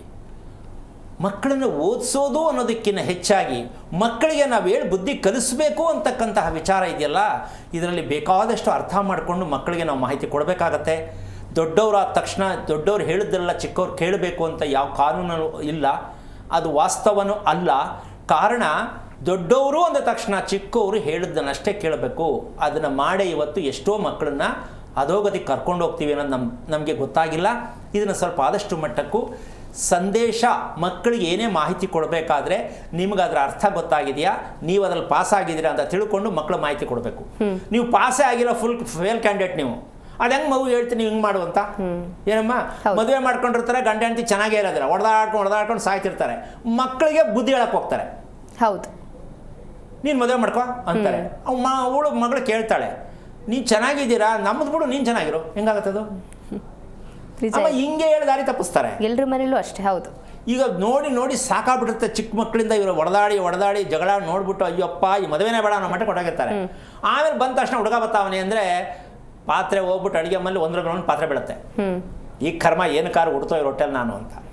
ಆದರೆ ಅವ್ರಿಗೆ ಅರ್ಥ ಆಗಿಲ್ಲ, ನನ್ನ ಮಕ್ಕಳು ಮದುವೆಗೆ ಯಾಕೆ ಒಪ್ತಾ ಇಲ್ಲ ಅಂತ. ಶಾಸ್ತ್ರ ಕಳೋದು ಬಿಟ್ಟಿಲ್ಲ, ಮಕ್ಕಳು ಮದುವೆ ಮಾಡ್ಕೊಳಕ್ಕೆ ಒಪ್ತಾ ಇಲ್ಲ. ಈ ಕರ್ಮ ನಾವು ಯಾಕೆ ಅನುಭವಿಸ್ತಾ ಇದ್ದೀವಿ ಅಂದರೆ, ಮಕ್ಕಳಿಗೆ ನಾವು ಬುದ್ಧಿ ಹೇಳೋದನ್ನ ಮೊದಲು ನಿಲ್ಲಿಸಬೇಕು. ನೀನು ಹಿಂಗಿರು ಅಂತ ಹೇಳೋದು ನಿಲ್ಲಿಸ್ಬೇಕು, ನೀನು ಮದುವೆ ಮಾಡ್ಕೋ ಅಂತ ಹೇಳೋದು ನಿಲ್ಲಿಸ್ಬೇಕು. ಯಾವ ಸಮಯಕ್ಕೆ ನಾವು ಏನು ಮಾಡಬೇಕು ಮಕ್ಕಳಿಗೆ ಅದು ಮಾಡಿದ್ರೆ ಆಟೋಮೆಟಿಕ್ ಮಕ್ಕಳು ಮದುವೆನೂ ಆಗುತ್ತೆ, ಮಕ್ಕಳು ಒಪ್ಕೋತಾರೆ, ಮದುವೆ ಮಾಡ್ಕೊಂಡು ಚೆನ್ನಾಗೂ ಇರ್ತಾರೆ. ನೀವು ಪ್ಲ್ಯಾನ್ ಮಾಡೋಕ್ಕೆ ಹೋಗ್ತಿಲ್ಲ, ಕಡ್ಡಿ ಕೊಟ್ಬಿಟ್ಟು ಈ ಕಡೆ ತಿರ್ಕೋ, ಹಿಂಗೆ ತಿರ್ಕೋ, ಈ ಬಟ್ಟೆ ಹಾಕೋ, ಅಲ್ಲಿಗೆ ಹೋಗ್ಬೇಡ, ಇದು ತಿನ್ನಬೇಡ, ಈ ಕಡ್ಡಿ ಹಾಕೋದು ಬಿಡಬೇಕು. ಆ ಮಕ್ಕಳನ್ನ ಅವರೇ ಹಾಳು ಮಾಡೋದು. ಹೌದು, ಸ್ಕೂಲ್ಗೆ ಹೋದ್ರೆ ಅಲ್ಲೊಂಥರ ಅವರು ಕಡ್ಡಿ ಹಾಕ್ತಾರೆ, ಮನೆಗೆ ಬಂದ್ರೆ ಇಲ್ಲೂ ಕಡ್ಡಿ ಹಾಕ್ತಾರೆ. ಯಾಕೆ ಅಂದರೆ ಗಿಡ ನೆಡ್ಬೇಕಾದ್ರೆ ಕಡ್ಡಿ ಹಾಕ್ತಾರೆ ನೆಟ್ಗೋಗ್ಲಿ ಅಂತ ಅಲ್ಲಮ್ಮ. ಅದಕ್ಕೆ ಕಡ್ಡಿ ಅಂತೇಳಿ ಏನು ಕಡ್ಡಿ ಅಂತ ಏನೋ ಬಳಸ್ತಾರೆ ಅಂತ ದಯವಿಟ್ಟು ಅನ್ಕೋಬೇಡಿ. ಯಾಕೆ ಅಂದರೆ ನಾವು ಕಡ್ಡಿ ಹಾಕುವಂತಹ ಅಭ್ಯಾಸಗಳನ್ನ ನಾವು ಮದ್ದು ಬಿಡಬೇಕು ಮಕ್ಕಳಿಗೆ ನಾವು ಸರಿ ಮಾಡೋದು ಏನು ಮಾಡಬೇಕು ಅಂತ ತಿಳ್ಕೊಂಡ್ರೆ ಮಾತ್ರ ಈ ಕಡ್ಡಿ ಹಾಕೋ ಕೆಲಸ ಬರಲ್ಲ. ಅದಕ್ಕೋಸ್ಕರವಾಗಿ ನಾವು ಮಾಡ್ತಾ ಇರ್ತಕ್ಕಂತಹ ತಪ್ಪು ಏನು ಅಂತಕ್ಕಂಥ ವಿಚಾರಕ್ಕೆ ಮಂತ್ರಭಾಗ ಅಂತಕ್ಕಂಥ ಒಂದು ವಿಷಯಕ್ಕೆ ಹೋದಾಗ ಇಲ್ಲಿ ಇರ್ತಕ್ಕಂಥ ವಿಚಾರ ಓಂಕಾರ ಅಂತಕ್ಕಂಥದ್ದು ಏನಿದೆಯೋ ಇದೇ ಭಗವಂತನ ಹೆಸರು, ಭಗವಂತನ ಮಂತ್ರ. ಓಂಕಾರ, ಅಕಾರ, ಉಕಾರ, ಮಕಾರ. ಓಂಕಾರದಲ್ಲಿ 3 ಅಕ್ಷರ ಇದೆ. ಇದೇ ತ್ರಿಶಕ್ತಿ. ಇದು ಬಿಟ್ಟು ಪ್ರಪಂಚ ಇನ್ಯಾವುದೂ ಇಲ್ಲ. 3 ಶಕ್ತಿ ಬಿಟ್ಟು ಇನ್ಯಾವುದೂ ಇಲ್ಲ. ಅದಕ್ಕೆ 3 ಸಮಯ, ತ್ರಿಕಾಲ, ಬೆಳಗ್ಗೆ ಮಧ್ಯಾಹ್ನ ಸಂಜೆ. ಹೌದಾ? ಎಷ್ಟು ಅರ್ಥ ಇದೆ ಸ್ವಲ್ಪ ಯೋಚನೆ ಮಾಡಿ. ಈ 3 ಮುಂದೆ ಯಾವುದೂ ಇಲ್ಲ. ಆ 3ನ ಸ್ವಲ್ಪ ಮೇಲ್ ಮಾಡಿದ್ರೆ ಓಂ ಆಗತ್ತೆ. 3 ಅಂತ ಬರಿತೀವಲ್ಲ, ಅದನ್ನ ಸ್ವಲ್ಪ ಕ್ರಾಸ್ ಮಾಡಿ ಕೆಳಗಡೆ ಉದ್ದ ಮಾಡಿದ್ರೆ ಓಂ ಆಯ್ತು. ಹೌದು. ಅಂದ್ರೆ ನಾವು ದೇವರು ಅಂತಕ್ಕಂಥದ್ದು ಎಷ್ಟು ಸೂಕ್ಷ್ಮವಾಗಿ ಅರ್ಥ ಮಾಡ್ಕೋಬೇಕು. ನಮ್ಗೆಲ್ಲ ಗುಡಿ ಕಟ್ಟಿ, ಗೋಪುರ ಕಟ್ಟಿ, ಕಳಶ ಇಟ್ಟು, ದೇವ್ರು ತಗೊಂಡೋಗಿ ಇಟ್ಟು, ಆಮೇಲೆ ದೇವ್ರು ಯಾವುದು ಅಂತ ಕೇಳುವಂಥ ಜನ ನಾವು. ಇದು ಯಾವ್ದು ದೇವ್ರು? ಇದು ದೇವಸ್ಥಾನಕ್ಕೆ ಹೋಗಿ ದೇವ್ರು ಯಾವುದು ಅಂತ ಕೇಳುವಂತಹ ಮಟ್ಟಕ್ಕೂ ನಾವಿದ್ದೀವಿ. ಯಾಕೆಂದರೆ ಅರ್ಥ ಅರ್ಜೆಂಟ್ ಜಾಸ್ತಿ ನಮಗೆ.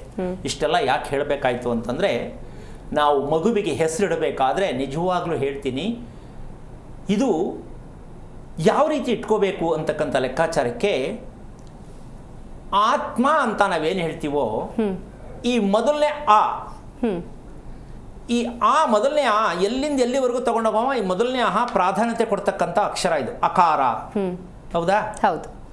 ಈ ಮೊದಲನೇ ಆ ಇದೆಯಲ್ಲ ಅದರಲ್ಲೇ ಭಗವಂತ ವಾಸಸ್ಥಾನ ಅಂತ ಹೇಳುತ್ತೆ.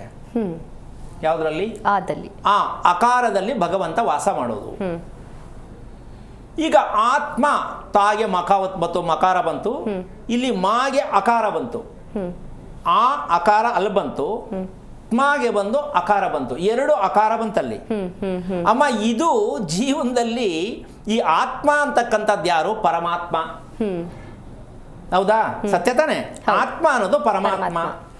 ಈಗ ನಾವು ಆತ್ಮ ಅಂತಕ್ಕಂಥದ್ದು ಒಬ್ಬೊಬ್ಬರಲ್ಲಿ ಒಂದೊಂದು ರೀತಿಯಲ್ಲಿ ಬದಲಾವಣೆ ಇಲ್ಲ. ಅದೇ ನಕ್ಷತ್ರದಲ್ಲಿ ಹುಟ್ಟಿರ್ತಾರಲ್ಲ, ಅಶ್ವಿನಿ ನಕ್ಷತ್ರ ಕೊಟ್ಟದವನು ಈಗಿರ್ತಾನೆ ಅಂತ ಹೇಳ್ತಾರೆ. ಎಲ್ಲ ಒಂದೇ ತರ ಇರಲ್ಲ. ಒಬ್ರು ಕರ್ಗೆ, ಒಬ್ರು ಎತ್ತರಕ್ಕೆ, ಒಬ್ರು ಡುಮ್ಮಾಗಿ ಹಿಂಗೆಲ್ಲ ಇರ್ತಾರೆ. ನಕ್ಷತ್ರ ಮಾತ್ರ ಇರೋದು ಒಂದೇ ರಿಸಲ್ಟ್. ಈ ನಕ್ಷತ್ರದಲ್ಲಿ ಹುಟ್ಟೋದು ಹಿಂಗಿರುತ್ತೆ, ಹಂಗಿರಲ್ಲ, ಒಬ್ಬೊಬ್ರು ಒಂಥರ ಇರ್ತಾರೆ. ಆದ್ರೆ ಆತ್ಮ ಮಾತ್ರ ಎಲ್ಲರಿಗೂ ಒಂದೇ. ಹೌದಾ? ಈಗ ನಾವು ಆತ್ಮ ಇದೆ ಅಂತ ಗೊತ್ತು, ಮಕ್ಕಳಲ್ಲೂ ಆತ್ಮ ಇದೆ, ನಮ್ಮಲ್ಲೂ ಆತ್ಮ ಇದೆ ಅಂತ ಗೊತ್ತು. ಆತ್ಮಕ್ಕೆ ಸಂಬಂಧಪಟ್ಟಂತಹ ಹೆಸರನ್ನ ಇಟ್ಟಾಗ, ಆತ್ಮ ಅಂತಕ್ಕಂಥ ಪರಮಾತ್ಮ ಅಂತ ನಾವು ಒಪ್ಕೊಂಡಾಗ, ಆ ಹೆಸರು ಉಚ್ಚಾರಣೆಯಿಂದ ಆ ಮಗುವಿನ ಜೀವನವನ್ನು ಅದೇ ಕರ್ಕೊಂಡೋಗುತ್ತೆ. ಯಾವ ಹೆಸರು ಇಡಬೇಕಿತ್ತು? ಆತ್ಮಕ್ಕೆ ನಾವು ಹೆಸರಿಡ್ತಾ ಇಟ್ಟಿದ್ದೀವ ದಯವಿಟ್ಟು ನೋಡ್ಕೊಳ್ಳಿ. ಗೌರ್ಮೆಂಟ್ನವ್ರು ಹಾಕದಂಗೆ ಪುರೋಹಿತರು ಹಾಕಿರೋ ಸೀಲಿಂದ ನಾವು ಹೆಸರಿಡ್ತಾ ಇದ್ದೀವಿ. ಕ ಅಂತ ಬಂತು, ಟ ಅಂತ ಬಂತು, ಪುರೋಹಿತರು ಹೇಳಿದ್ದು. ಅದಕ್ಕೆ ಹೇಳ್ತೀವಿ, ಹಿಂದಿನ ಕಾಲದಲ್ಲಿ ದಯವಿಟ್ಟು ಜ್ಯೋತಿಷ್ಯ, ಪಂಚಾಂಗ, ಶಾಸ್ತ್ರ ಯಾವುದೂ ಇರಲಿಲ್ಲ. ಪ್ರತಿದಿನ ಸ್ನಾನ ಮಾಡೋ ಅಭ್ಯಾಸ ಇರಲಿಲ್ಲ. ಬಟ್ಟೆ ಹಾಕೊಂಡ್ಬಿಟ್ರೆ ಅದು ಪೂರ್ತಿ ಹರಿದೋಗೋ ತನಕ ಬಿಸ್ತಾ ಇರಲಿಲ್ಲ. ಆ ಮಟ್ಟಕ್ಕೆ ಜನ ಇದ್ರು, ಅದಕ್ಕೆ ಅಷ್ಟು ಆರೋಗ್ಯವಾಗಿದ್ರು. ಈಗ ನಿಜವಾದ ಸ್ನಾನ ಯಾವುದು ಅಂತ ಕೇಳಿದ್ರೆ, ನಿಜವಾದ ಸ್ನಾನ ಯಾವುದು ಅಂತ ಕೇಳಿದ್ರೆ ಗೊತ್ತಾ ಅಂತ ಅನ್ಸುತ್ತಾ ನಿಂಗೆ ಅಮ್ಮ? ನಿಜವಾದ ಸ್ನಾನ ಯಾವುದು ಅಂದ್ರೆ ಬೆವರು. ಈಗ ಬೆವರು ಯಾರಿಗೂ ಬರೋದೇ ಇಲ್ಲ, ಯಾಕೆಂದ್ರೆ ಕಸ ಮಾಡೋದೇ ಇಲ್ಲ. ಇದು ನಿಜವಾದ ಸ್ನಾನ. ಹಿಂದಿನ ಕಾಲದವ್ರಿಗೆ ನಿಜವಾದ ಸ್ನಾನ ಪ್ರತಿದಿನ ಬೆಳಗ್ಗೆ ಅದೇ ಬರ್ತಿತ್ತು. ಸ್ನಾನ ನೀರು ಹಾಕೊಂಡು ಮಾಡ್ತಿರ್ಲಿಲ್ಲ, ಅವರು ದೇಹದಲ್ಲೇ ಸ್ನಾನ ಮಾಡ್ತಿದ್ರು. ಎಂಥದ್ದು! ಈಗ ದುಡ್ಡು ಕೊಟ್ಬಿಟ್ಟು ಸ್ಟೀಮ್ ಬಾತ್ ಅಂತೆ, ದುಡ್ಡು ಕೊಟ್ಬಿಟ್ಟು ಸ್ಟೀಮ್ ಬಾತ್.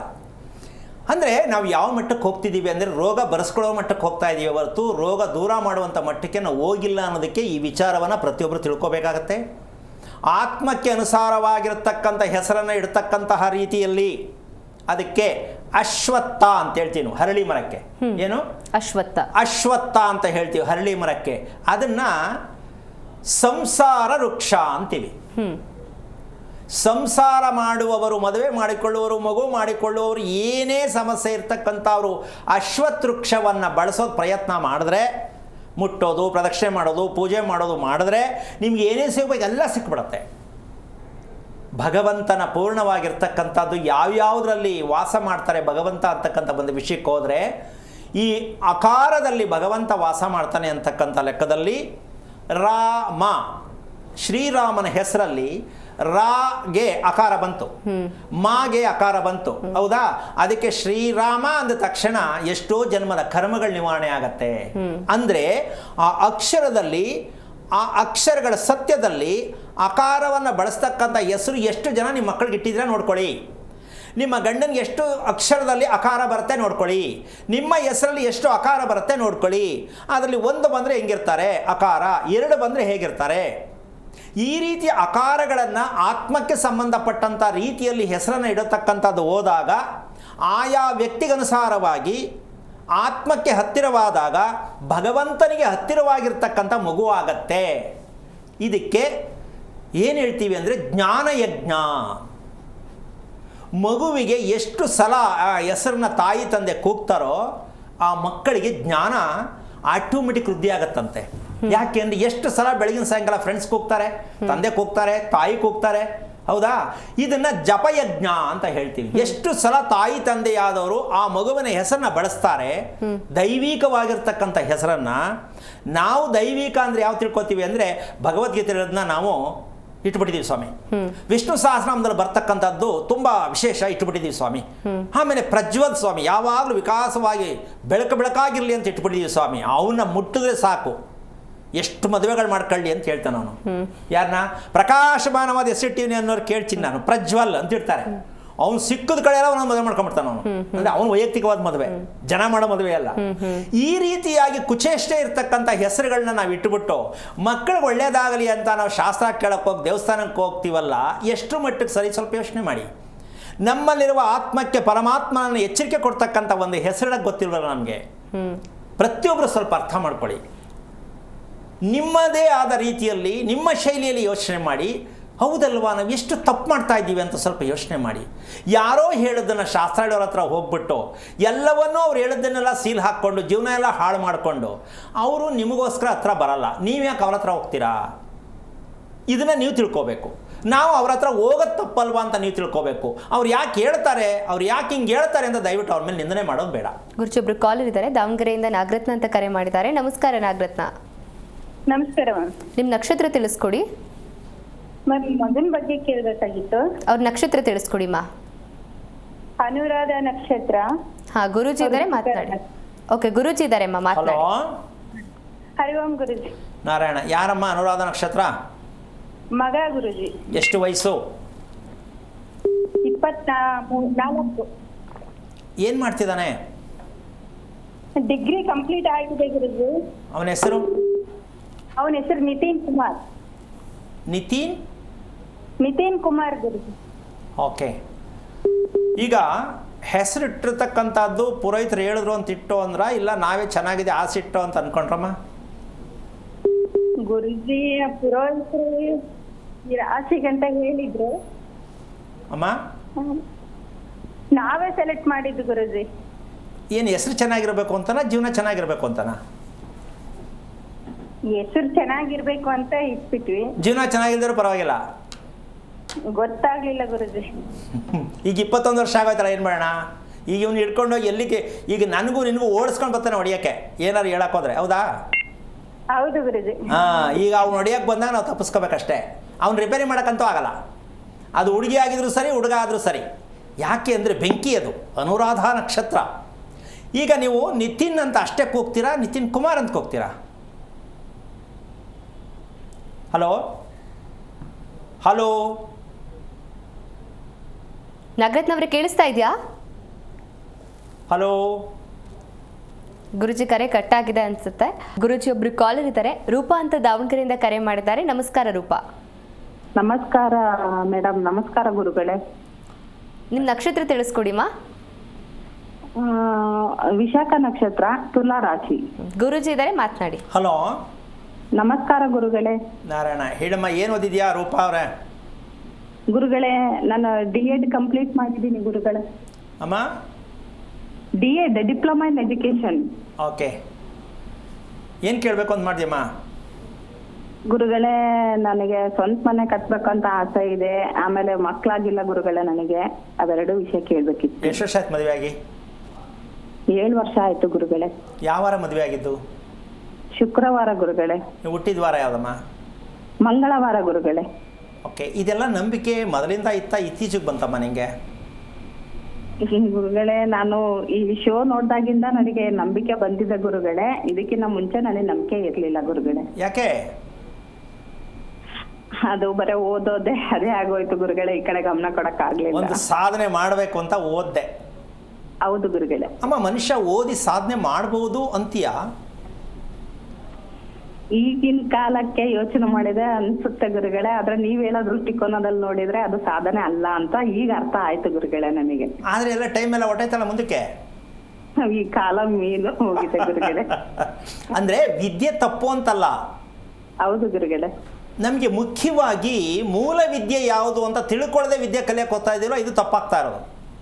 ಹೌದು ಗುರುಗಳೇ. ಆದ್ರೆ ನಿಮ್ ತರ ಅರ್ಥ ಮಾಡಿಸಿ ವಿವರವಾಗಿ ಉದಾಹರಣೆ ಸಹಿತ ವಿವರಿಸುವಂತಹ ಗುರುಗಳು ನಿಜವಾಗ್ಲೂ ನಾನು ಎಲ್ಲೂ ಕೇಳಿಲ್ಲ, ನೋಡಿಲ್ಲ.